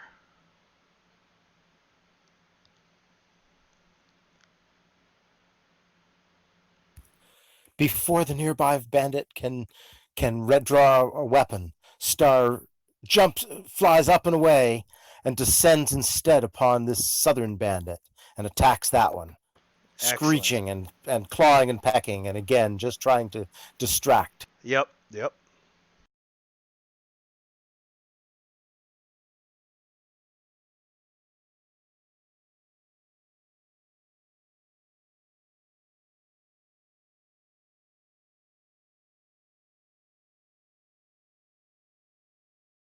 Oh, gotta do the talons.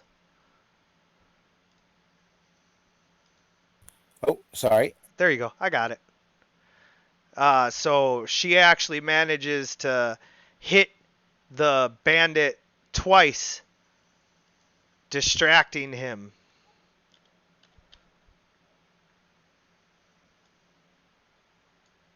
And Hilderid swings with all of her power at the bandit in front of her again.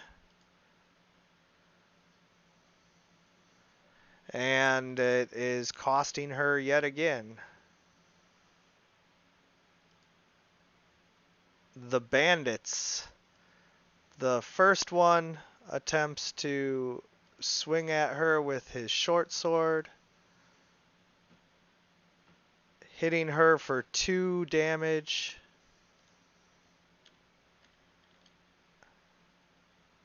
And this one attempts to shoot at Eric.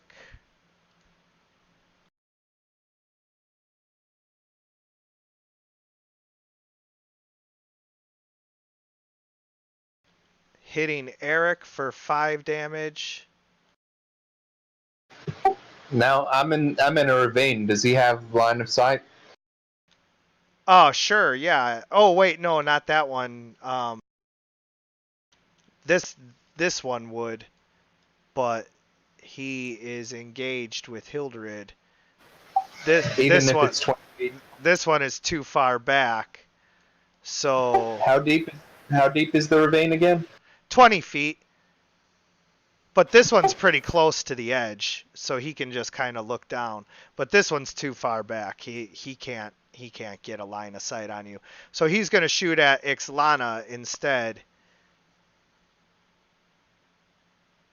So Ixlana takes 5 damage, and then I think he should have to re-roll if you change to a different target. nah, the roll stays.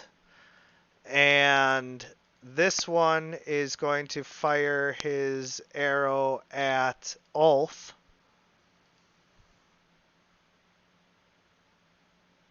Hitting Ulf for 8 damage. Does the platform offer me any cover from his attacks?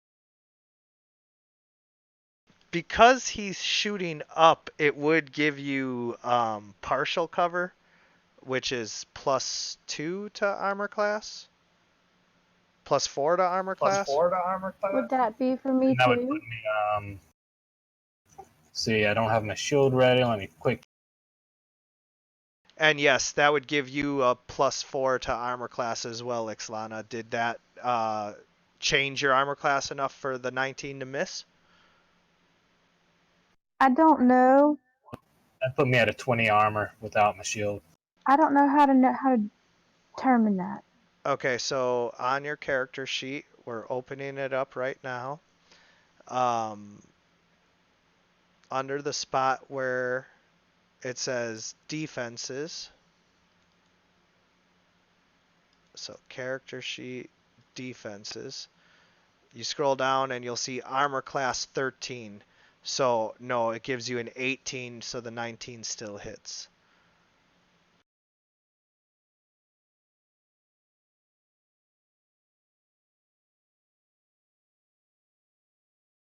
And then this bandit is going to drop his bow and try to attack Star with his short sword.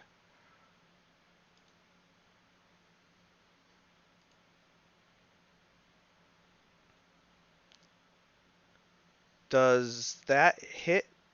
No, I don't think it does because she has a +3 to Dex alone.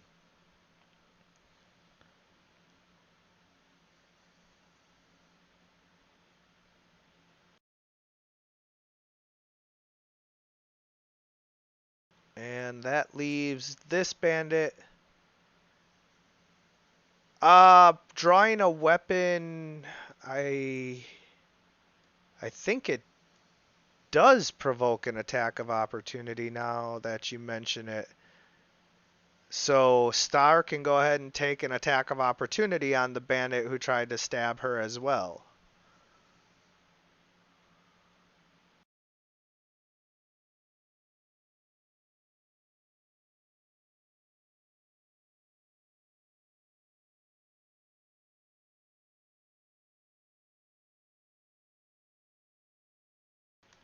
And this bandit runs up and critically stabs Hildred as she is engaged with the other bandit, dealing 8 points of damage.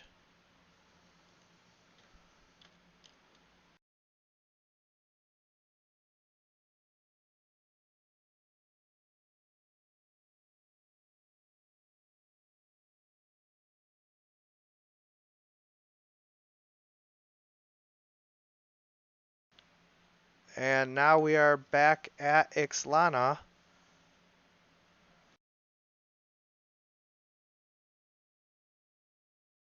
Alright. I am going to try and put the peoples to sleep. That's a good idea.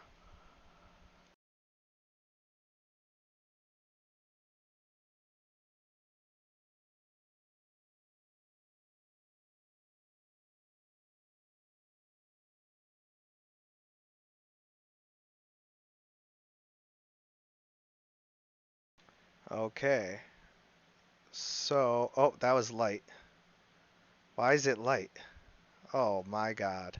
Hold on 1 second.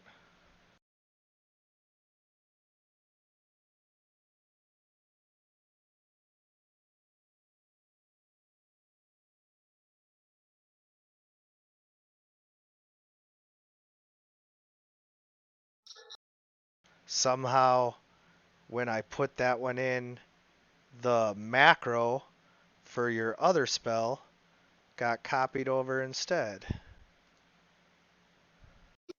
Fun, fun. Yeah. Okay, so that one, 10-foot radius burst, so those two that are fighting her would be the ones affected. Got you. And now to fix this.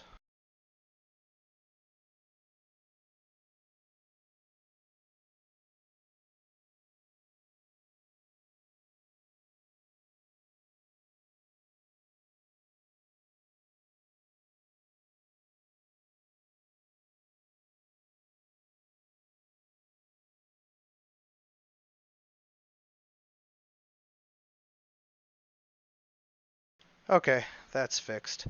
And he needs to make a difficulty class 14 will. Both of them do. Gotcha.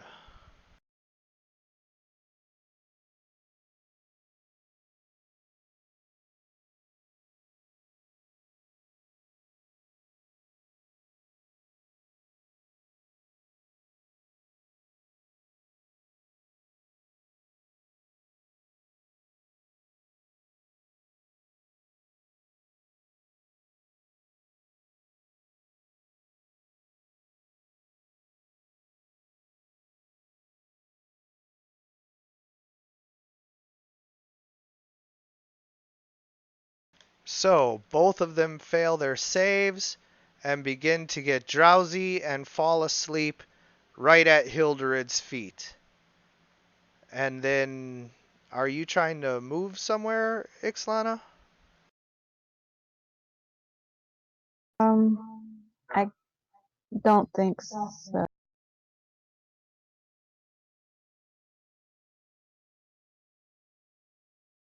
Okay.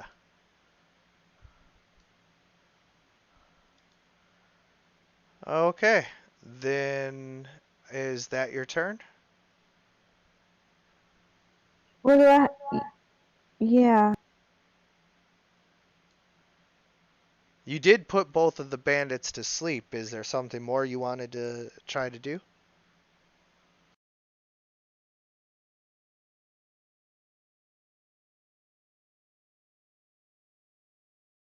No, I'm done. Okay.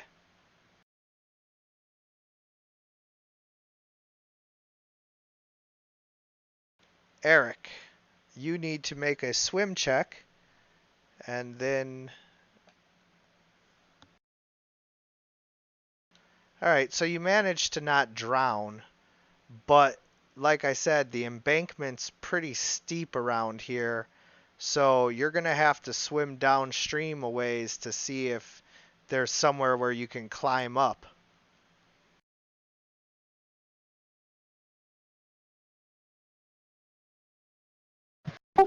How high up is the plank? 20 feet. Are there any areas that look more shallow than others? No, it's all fairly level.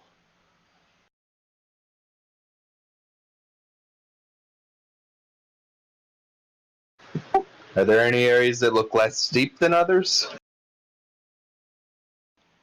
Not particularly, but there is an area that looks like your best bet for not having to swim downstream a ways.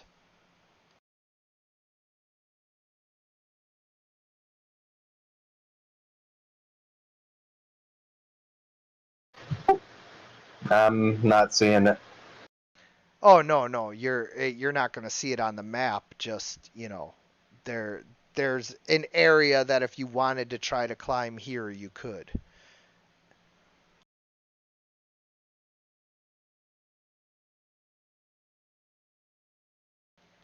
So you can either attempt a very difficult climb check here, or you can swim downstream a ways.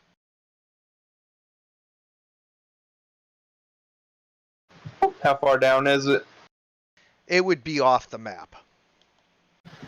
So basically, basically I have to make a difficult climb check then. If you wish to not be separated from the group, yes. Okay, I will do just that.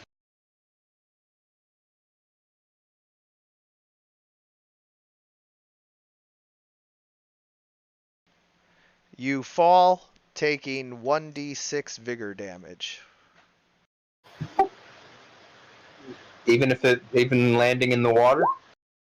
Yeah, because you were climbing up and you fell, so you fell flat on your back, knocking the wind out of you a little. You take 2 more vigor damage.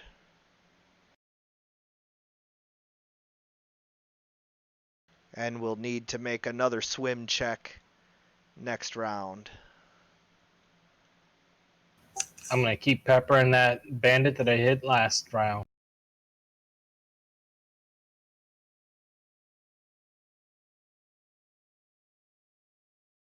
I saw the blood, now where's the attack? Ah, there we go. You hit the bandit for 4 more damage.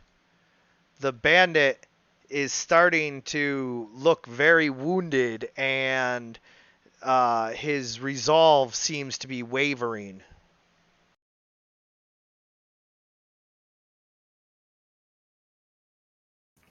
Gonna scream, take that, you sheep fucker, and click that.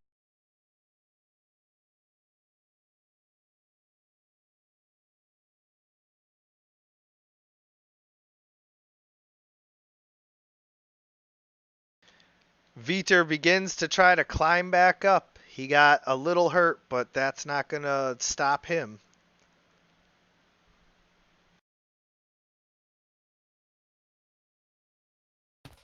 Star flies up and away from this bandit.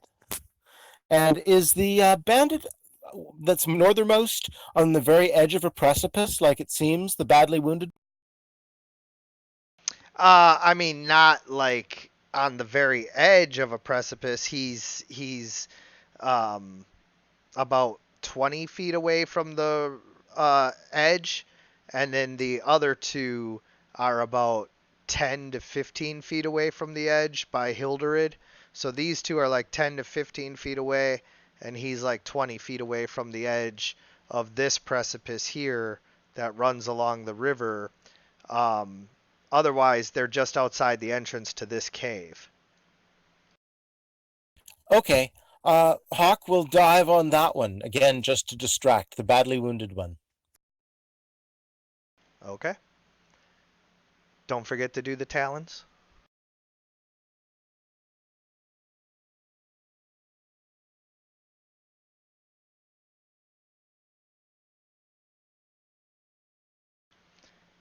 Her second talon slash hits the bandit, distracting him greatly from his attack. Although he's been considering running anyway, so you might have just sealed the deal there. Done, and right, I hit the button to say done. Yes, sir. Hilderid performs a coup de grace on the bandit in front of her. She brings her great axe down on his throat, dealing an automatic crit. Oh, because he was sleeping? Yeah. Yay! Yeah, yay. So she did 8, 10 plus 18 wounds. He's not quite dead, but he is definitely not loving it. But now it's awake. No, actually, being attacked only gives you a chance to wake up. That's a little house rule. Makes sleep a little bit more effective, a little bit, you know, more incentive to use spells like sleep rather than simply attack spells. So he does get another will save to try and wake up, and he does not wake up, and that means he will likely never wake up again. He is unconscious. He'd probably be asleep from blood loss anyway from that attack. Yeah. So these bandits have seen enough and decide to flee into the cave. So they both run into the cave entrance. They're like, yep, it's been real, but we will see you guys later. And this bandit gets to make a will save, as does the other one. First one, nope. Second one, nope. So they're both still asleep. And then this bandit wants to try to run, but Star is right there. So instead, he pulls out his short sword and goes into a defensive position.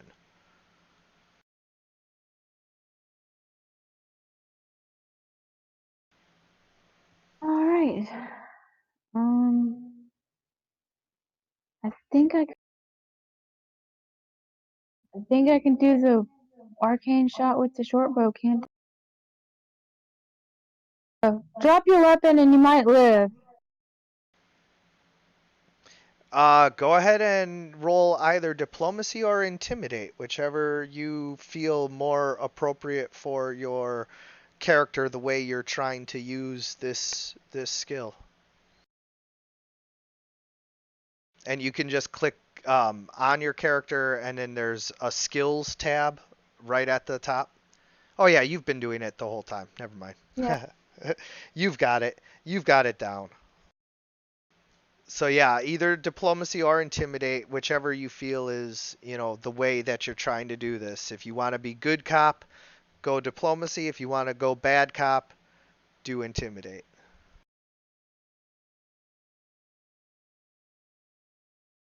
All right, I got 20 and it's at +5, but it was at +7, so I don't know why it changes. Huh. But yeah. I will look into that for you. You shouldn't be suffering from anything that would affect a charisma-based skill. You are wounded, but that shouldn't be affecting that. Um, I don't know. so you manage to convince him that you guys are not, bloodthirsty. Yeah, that's the only thing I could think of as well, is that there's something happening there. So you convince him that you are not bloodthirsty murder hobos who are just here to kill everyone. And so he drops his short sword and kind of like ducks to stay away from the bird flying around his head. Okay, can I ask, is Hildegard down there? She's can she, can I ask her to maybe take him to custody or would that or Well, you can ask her, to ease off and and she might or might not. You'll have to wait to see. So I just generally state, hey guys, maybe we can get some answers about her son, if we take him prisoner.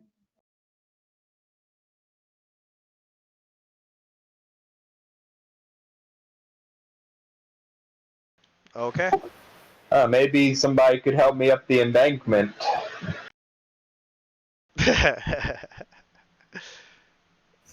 Yeah, that's probably going to be my action.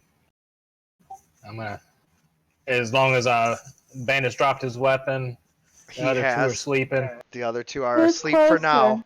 They're going to get saves on their turns, but Let me see if I can climb up first. I wouldn't. I would just wait for somebody to save Hold me. your action, Brian. is that your turn, Ixlana? I'm gonna try. Can I get to him to help him climb up?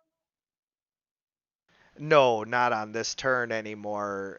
After. Okay, that's my turn then. Okay.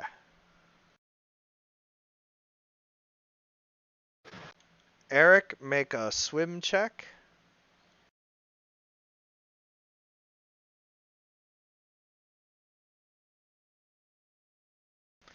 Once again, you manage to not drown, but not really anything else.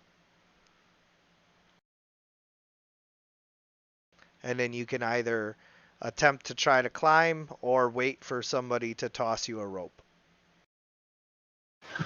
I think I'll wait for Ulf. Okay. Ulf? He's more than 50 feet away, ain't he? No, he is, well, the 20-foot jump down, and then 15 feet to the shore at most. All right, I'm gonna yell out for Hildred to cover the sleeping fuckers, and gonna throw the rope to the meathead dummy druid, and hope he can. Not nice. Okay, so jumping down and moving over there is a move action.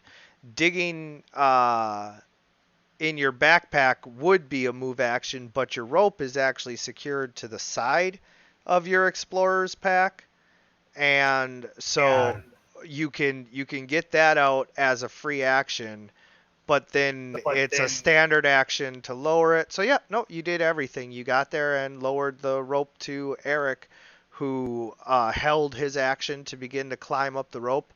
So you can make a climb check now at a much lower difficulty due to it being up a rope.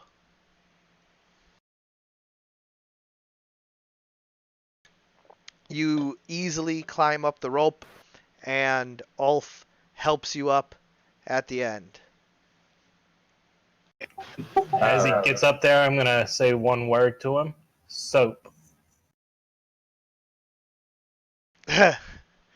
I thought you were going to tell him that you were only waiting around to kill him. Oh no, I just named the fucker. So, now you guys have helped Eric out. Viter is continuing to try to climb up the rock embankment there.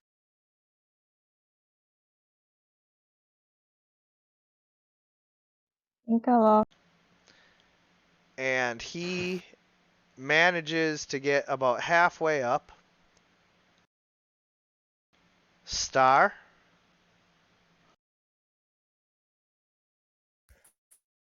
Start away from this bandit and up into the air without taking any attacks. What's the most expedient way to do that? Anything that can get Star more than 5 feet away? Well, he would only be able to unarmed strike attack you, just that you know. Oh, that one doesn't have a short sword out? No, he dropped his short sword. Oh, Ixlana. well then Star will just bound up into the air and trust it's one of those weird humans that does that. Yeah, Star's never encountered a monk anyway. Yeah, no, Star bounds up into the air into an overwatch position and then readies an action to dive and attack anything that should really threaten the victory that these strange newcomers have just achieved. Yeah, But Star absolutely. doesn't expose itself to these strange newcomers either. Their intentions are unknown. Absolutely. So, flying straight up into the air at hawk speeds, Star begins to circle around, keeping an eye on the situation.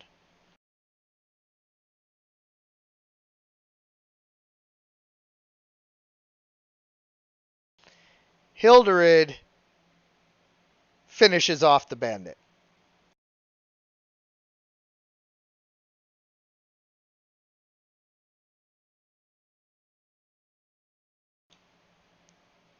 So yeah, that's another 18 points of damage, and he is dead. And he doesn't get a will save to try and wake up because he is dead.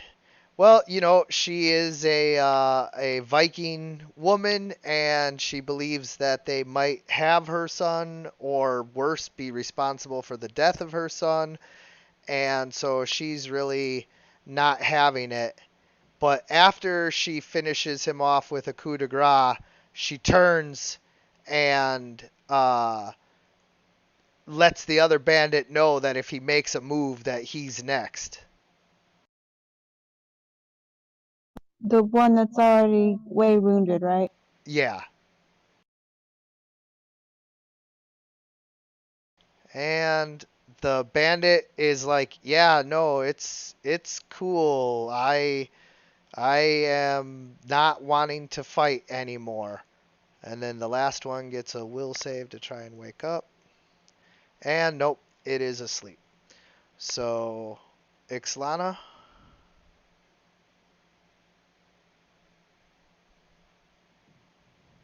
Okay. I kind of want to go about trying to take him into take one of them at least into custody to question him. Okay. You can climb down with your move action and move across the plank and go to tie them up with some rope or something. Yeah, okay. It's no checks, right? As long as I just go down the mountain. Yeah. How far? It's 20 feet down, but yeah, you don't need to make a check as long as you're not trying to jump down and you just lower yourself down, you're fine. And you can just take my rope when you pass me. Okay. Quick.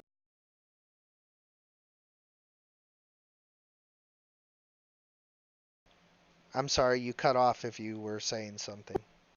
I'm moving. He's gonna have him help me with the map because I'm kind of. Yeah, sure, no problem.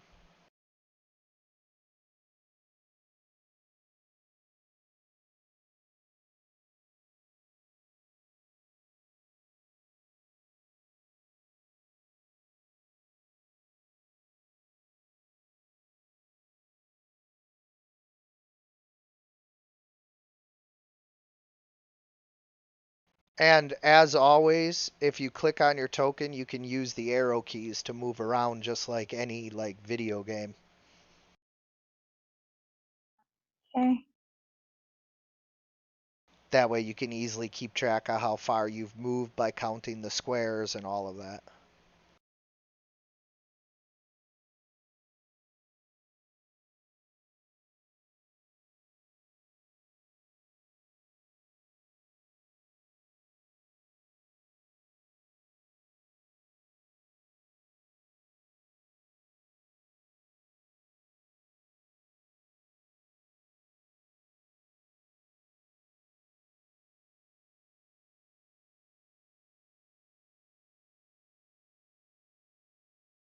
Okay, does Ixlana have the rope? If she grabbed it from you on her way past, then yes, she does. Yeah. Okay. Um, can I actually get to the bandit and tie him up? If you ran, you could get to the sleeping bandit, but you wouldn't be able to tie him up. Oh, wait, no, I think you can get to the sleeping bandit with just a double move. Yeah, you can get to the sleeping bandit with a double move, and you can get to the other bandit by running, maybe with a double move. Let me just 30, and then oh yeah, you could get to the other bandit with a double move as well. So yeah, You could get to either one of them with a double move, but would be unable to tie them up. I can get to the sleeping one with just a single move, huh? Nope. You'd be right here, so not quite to him. All right. Well, I'm gonna get to the sleeping bandit, and I'm gonna put my scimitar at his throat, and not actually cut him, but just put scimitar to his throat in case he does wake up, or close to it, I should say. Yep. Not close enough that I'd actually slit his throat if he starts panicking and freaking out. Be ready and attack. Yeah, you ready and attack, exactly. Okay. So you have your scimitar readied if he tries to make a move. Oh, did you click done? Not yet. And Ulf.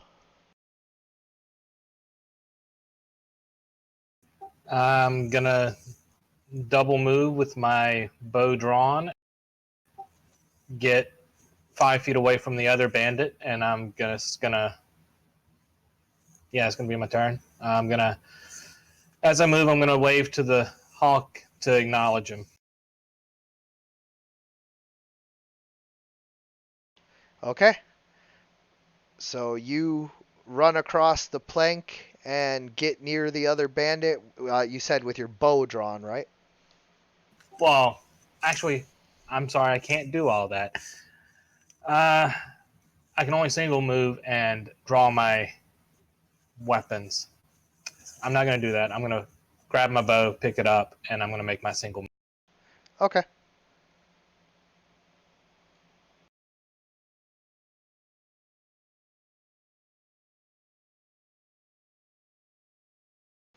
And then Veter. Poor Veter. He has no idea what's going on. He just saw you guys all climb up this rock, and now he's like trying desperately to get up it just like a puppy. Did you want to go ahead and roll for him again, Eric? Yeah, I got it. And a tip for you, Eric: communicate with your pet so he doesn't keep falling down. Well, I figure it's more important to neutralize the bandits while they're vulnerable. Yeah, you got to give him directions though. You haven't told him anything to do. Well, I yelled at the beginning of this to get his ass up here. And he is trying. Okay, so once again, he fails to make any real progress and is just kind of hanging on to the side of the rock. Don't forget to feed him and pet him and love him. Just for your effort. He's doing what he's supposed to be doing. He's doing what I told him. But if you read the book, it says you have to praise him Yep, and you have to treat him good, or he'll run away. yep, yep. Yeah, well, I'll do all that later on after this is all over. I'll do that when I'm not having arrows shot at me. Pretty much.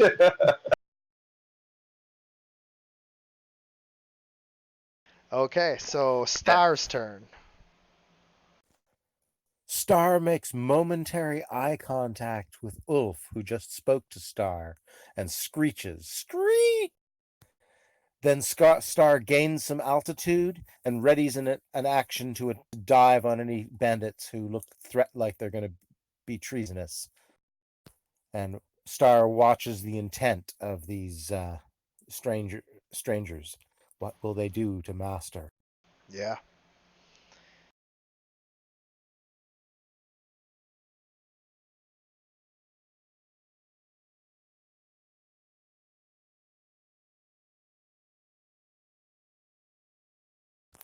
On to Hildred. Oops.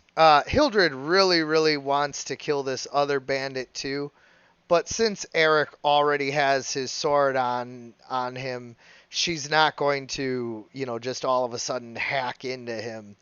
Instead, she moves forward with her axe readied to attack the other bandit if he tries anything.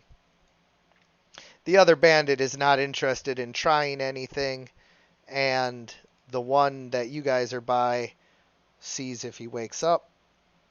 Still doesn't even wake up. But he should on the next turn if we don't get through, because hitting that 4. Yep, that would be round 4.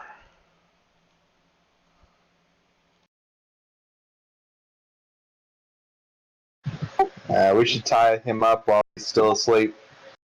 Yes, yes, I'm gonna take, that's right, he is still asleep. I'm gonna take the rope that I have, and I'm gonna go tie up the bandit.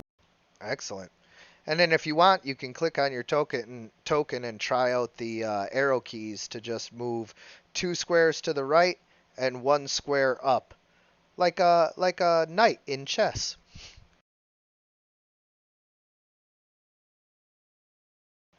Perfect. See? It's nice and easy to use, whatever method of moving around and everything that you want, and it'll reveal the map as you go. I mean, I know it's daylight, so you guys can see everything now, but, um, in dark areas and all that, if you just click it 1 square at a time, it'll reveal as you go so that you're not, like, all of a sudden in the middle of something. And then, use rope isn't a skill in Pathfinder, so that would be uh, what would tying somebody up be? I don't know, that's what I was just about to ask. Is there something I need to do to I try and use it? I think it would. Intelligence check, dexterity check, any stat of your choice, maybe. I think it would be dexterity because that's what use rope was in 3.5, so that would make sense. I really don't know what else it would be. Intelligence makes sense knowing how to tie a knot, but I think dexterity just because you can know how to tie a knot, but if you lack the dexterity to do it, you know. Sleight of Okay. hand maybe applies, but I'd go with that. Yeah, I'd just make a dexterity check. So that's just open your character sheet and click on the D20 by the dexterity under core.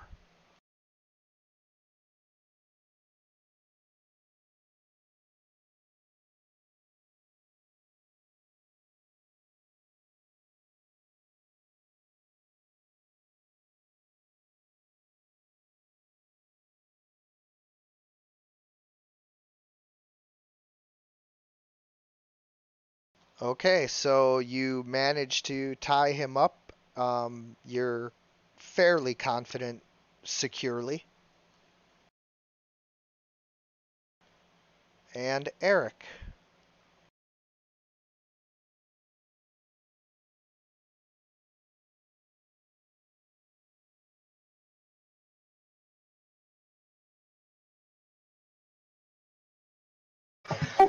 Okay. What is the bandit over at the cliff doing?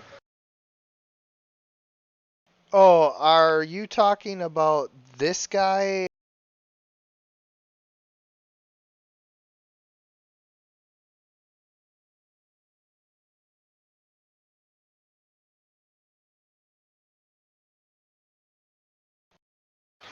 Okay, so that's not an actual bandit.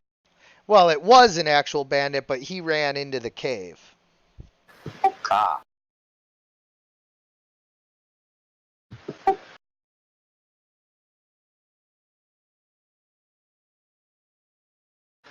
Okay, well, I think I'm just gonna search. Hildred has the other axe on the other bandit, and he's unarmed, huh? Yes. I think I'm just gonna search this bandit now that he's tied up. Search him?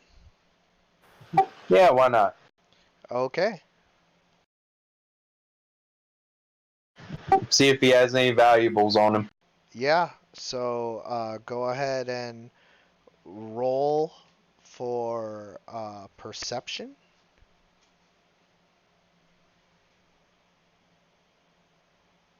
Yeah, that didn't go well. Yeah, so as you're searching the bandit, you didn't realize that he had a couple of caltrops in his pocket. You accidentally hand him your coin place. That's funny. You didn't realize he had a couple of caltrops in his pocket, and you take 1 damage as you cut your hand.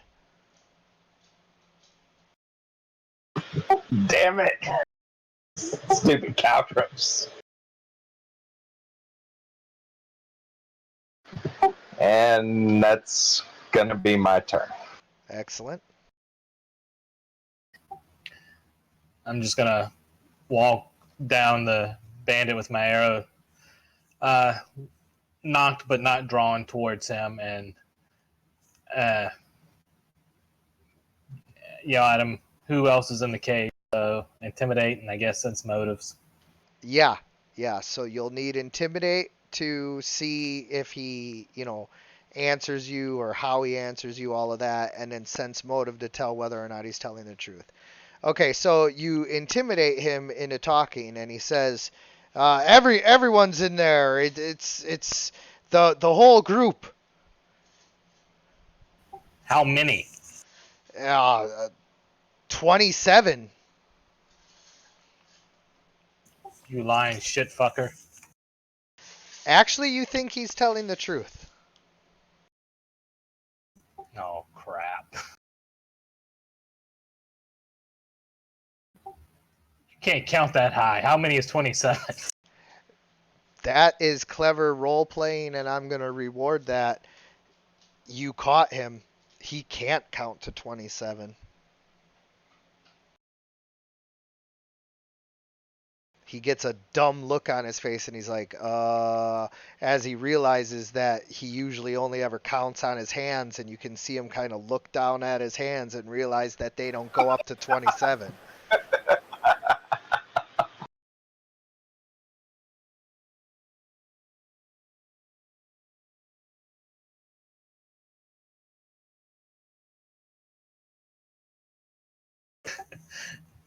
Tell me what I want to know, or I'll let her have you. Having watched her hack his friend's head clean off while he was asleep, the bandit is thoroughly intimidated and says, "There's a half a dozen more of us.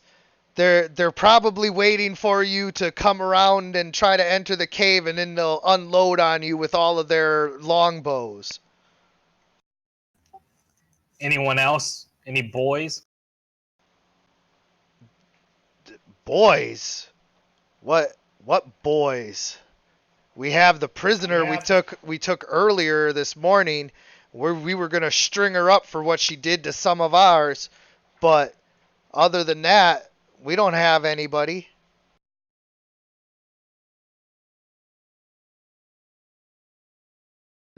I'm just gonna glance at Hildred and see what she wants to do.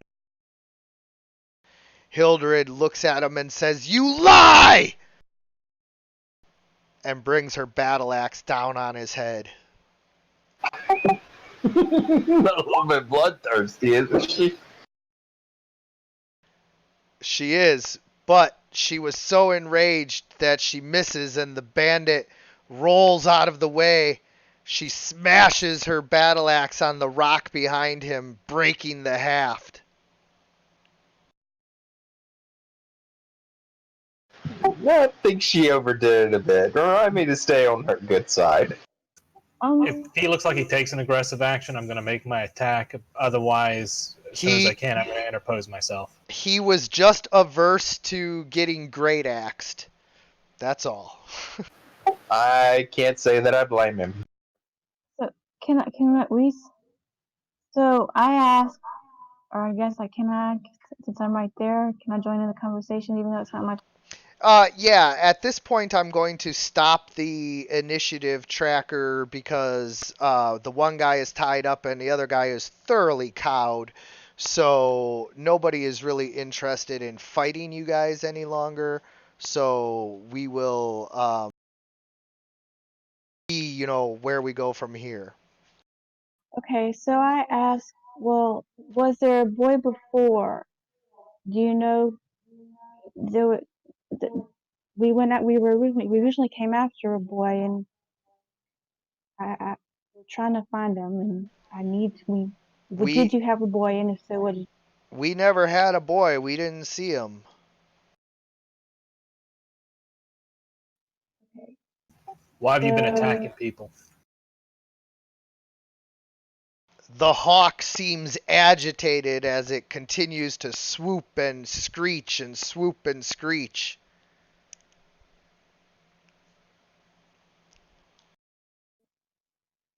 Bird, come down. Tie him up, Soap.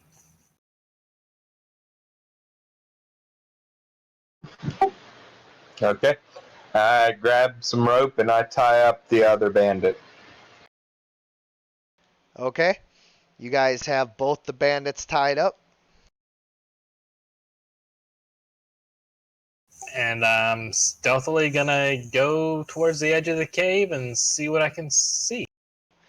Okay, so roll stealth and then roll perception.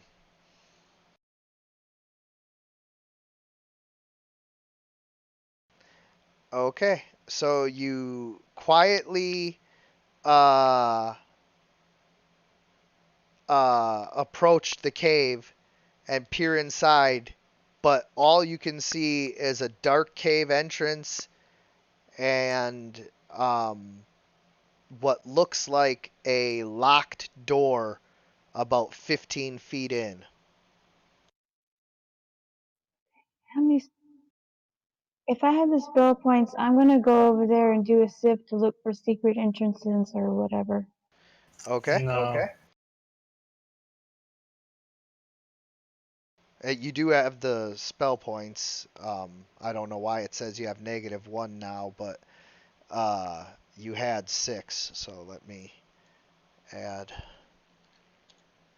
There you go.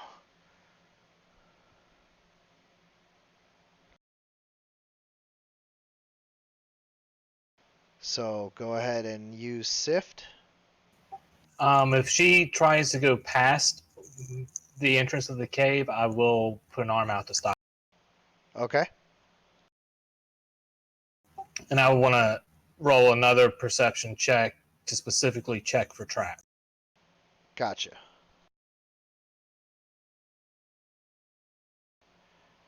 So, Ulf, you notice that is indeed a door.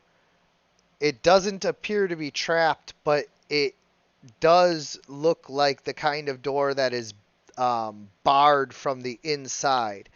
They have blocked this entrance and are forcing you guys in this entrance over here where they can ambush you most likely. Okay, so my sift failed, or is that how he was able to see it? That's what I'm trying to figure. No, so your sift, what you find, I didn't see that it had pulled up yet, but let me see. Your perception check was an 8. Why is it -5? What is going on? Oh yeah, because you're hurt. So you cast sift and you find that this entrance over here, um, there's actually a side entrance to it that if you guys were to loop around, you would come out where they're not expecting you. They're expecting you to walk right through the front entrance, and if you go around, you could potentially catch them unawares. I guess that's what we're going to do. I'm going to change out my weapons to sword and Yep. That is what we do. And is it time to stop? It's late. Yes, yes. I was just about to move everybody into the next chamber, and then we were I'm gonna gonna stop. try before we stop. I'm gonna try to use wild empathy on the hawk and figure out what the hawk is going on. Okay. And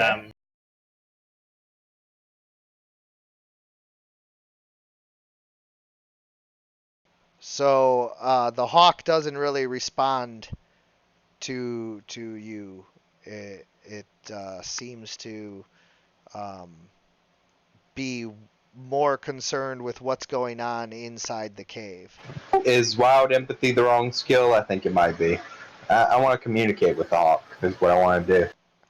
Well, wild empathy would be more for trying to get the hawk to like you and follow you and stuff like that. But it would be like your best method of communicating with the hawk right now too. So, and yep, we're good there. And put you guys right here.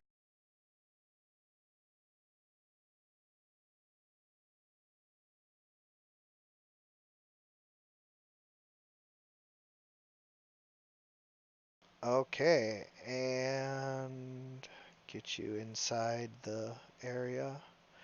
So there you guys go. You've come up the side entrance. Um, Bruce, you and Star should. Yes, we'll watch the proceedings silently next time. This is great. Entering the bandit cave next week. I wasn't sure how far you would get, whether you'd get Scotty free right away and we'd do some more with the bandits or whatnot. But this is okay. We made it here, and we will figure out what we do next time. do we want to go ahead and schedule next time for, I don't know, Saturday the 28th? Yeah. So I was gonna go ahead and talk to you about that throughout the week if you're available, um, so that we can just figure out the next schedule and where we go with all of that. I'll go over all of that with you, and we will have a definitive answer that we will post for everybody in the Discord to let them know what time All everything right, will I'll be. just post tomorrow. I'll post what days I know I'm available. Sounds good to me. And anybody have any other questions or anything that they would like to go over before we call it a? I'm good here. Thanks, guys. Thank Thank you. you. Thank you, That was Scotty, Bruce. Yeah, thank you. I totally have a bad feeling about the cave, though. Well, you guys did manage to bypass the trap, so you shouldn't get peppered with arrows as soon as you walk in. That should be good. okay. Just before we go, Yes. there's like nowhere safe to rest, right? We're just on high alert, right? Yeah, I mean you're in the middle of the bandit camp, so there's really nowhere to rest. You might be able to catch your breath for a second outside the cave and recover your vigor, the quick vigor recover, but that's about it. Mm, okay. I think any way I could do that? Oh, Yeah, we just absolutely. announced it. Yeah. Yeah, you just take your breath for a minute. 10 rounds is 1 minute. So you just catch your breath for 1 minute, and then you get to add the amount of vigor that it says under DM notes there. Okay, so I guess we should all do that. Whoever's short vigor. Yeah, let's do that right now, so we don't forget between now and next week. Yeah. It's Constitution modifier, right? Yes. Yeah. Level plus con. Oh, level plus con. So Your level plus your Constitution modifier. Yeah. Yeah, Star doesn't start screeching, but she definitely eyes you guys and cocks her head back and forth, eager to get on with rescuing her beloved friend. Oh, it's just a minute. I mean, that's just us sitting around talking about what we're wanting to do. Everything is just a minute until you're on fire for it. 60 seconds becomes a long time when it's something like that. Out of character, do we want to bring the hostages with us to threaten killing them and set up a hostage negotiation? Or simply make them walk in front in case there is an ambush or trap. And what about Veter? Can I get Veter in here? Yes, I will bring Veter in before the next session. No, roll wisdom check. You forgot. Damn it, Chris. Sorry, I can't help What's it. the wisdom check for? For me to fuck with my little brother. But I didn't forget about him. Come on.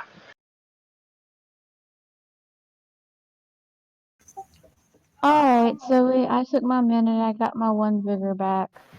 Okay, I got 3. And yeah, I think we're gonna drag the guys in front of us. Alright, so we Sounds like set a up. plan. All right. So we will discuss what's going on with everything. Oh, don't forget to give Veter his vigor back too. Thanks. Yeah, he lost a ton of it from trying to climb. Yeah. So, you guys have a great day. I will see you the next time we game. We'll work out when that will be. Thanks for playing and good gaming, everyone. Thank you.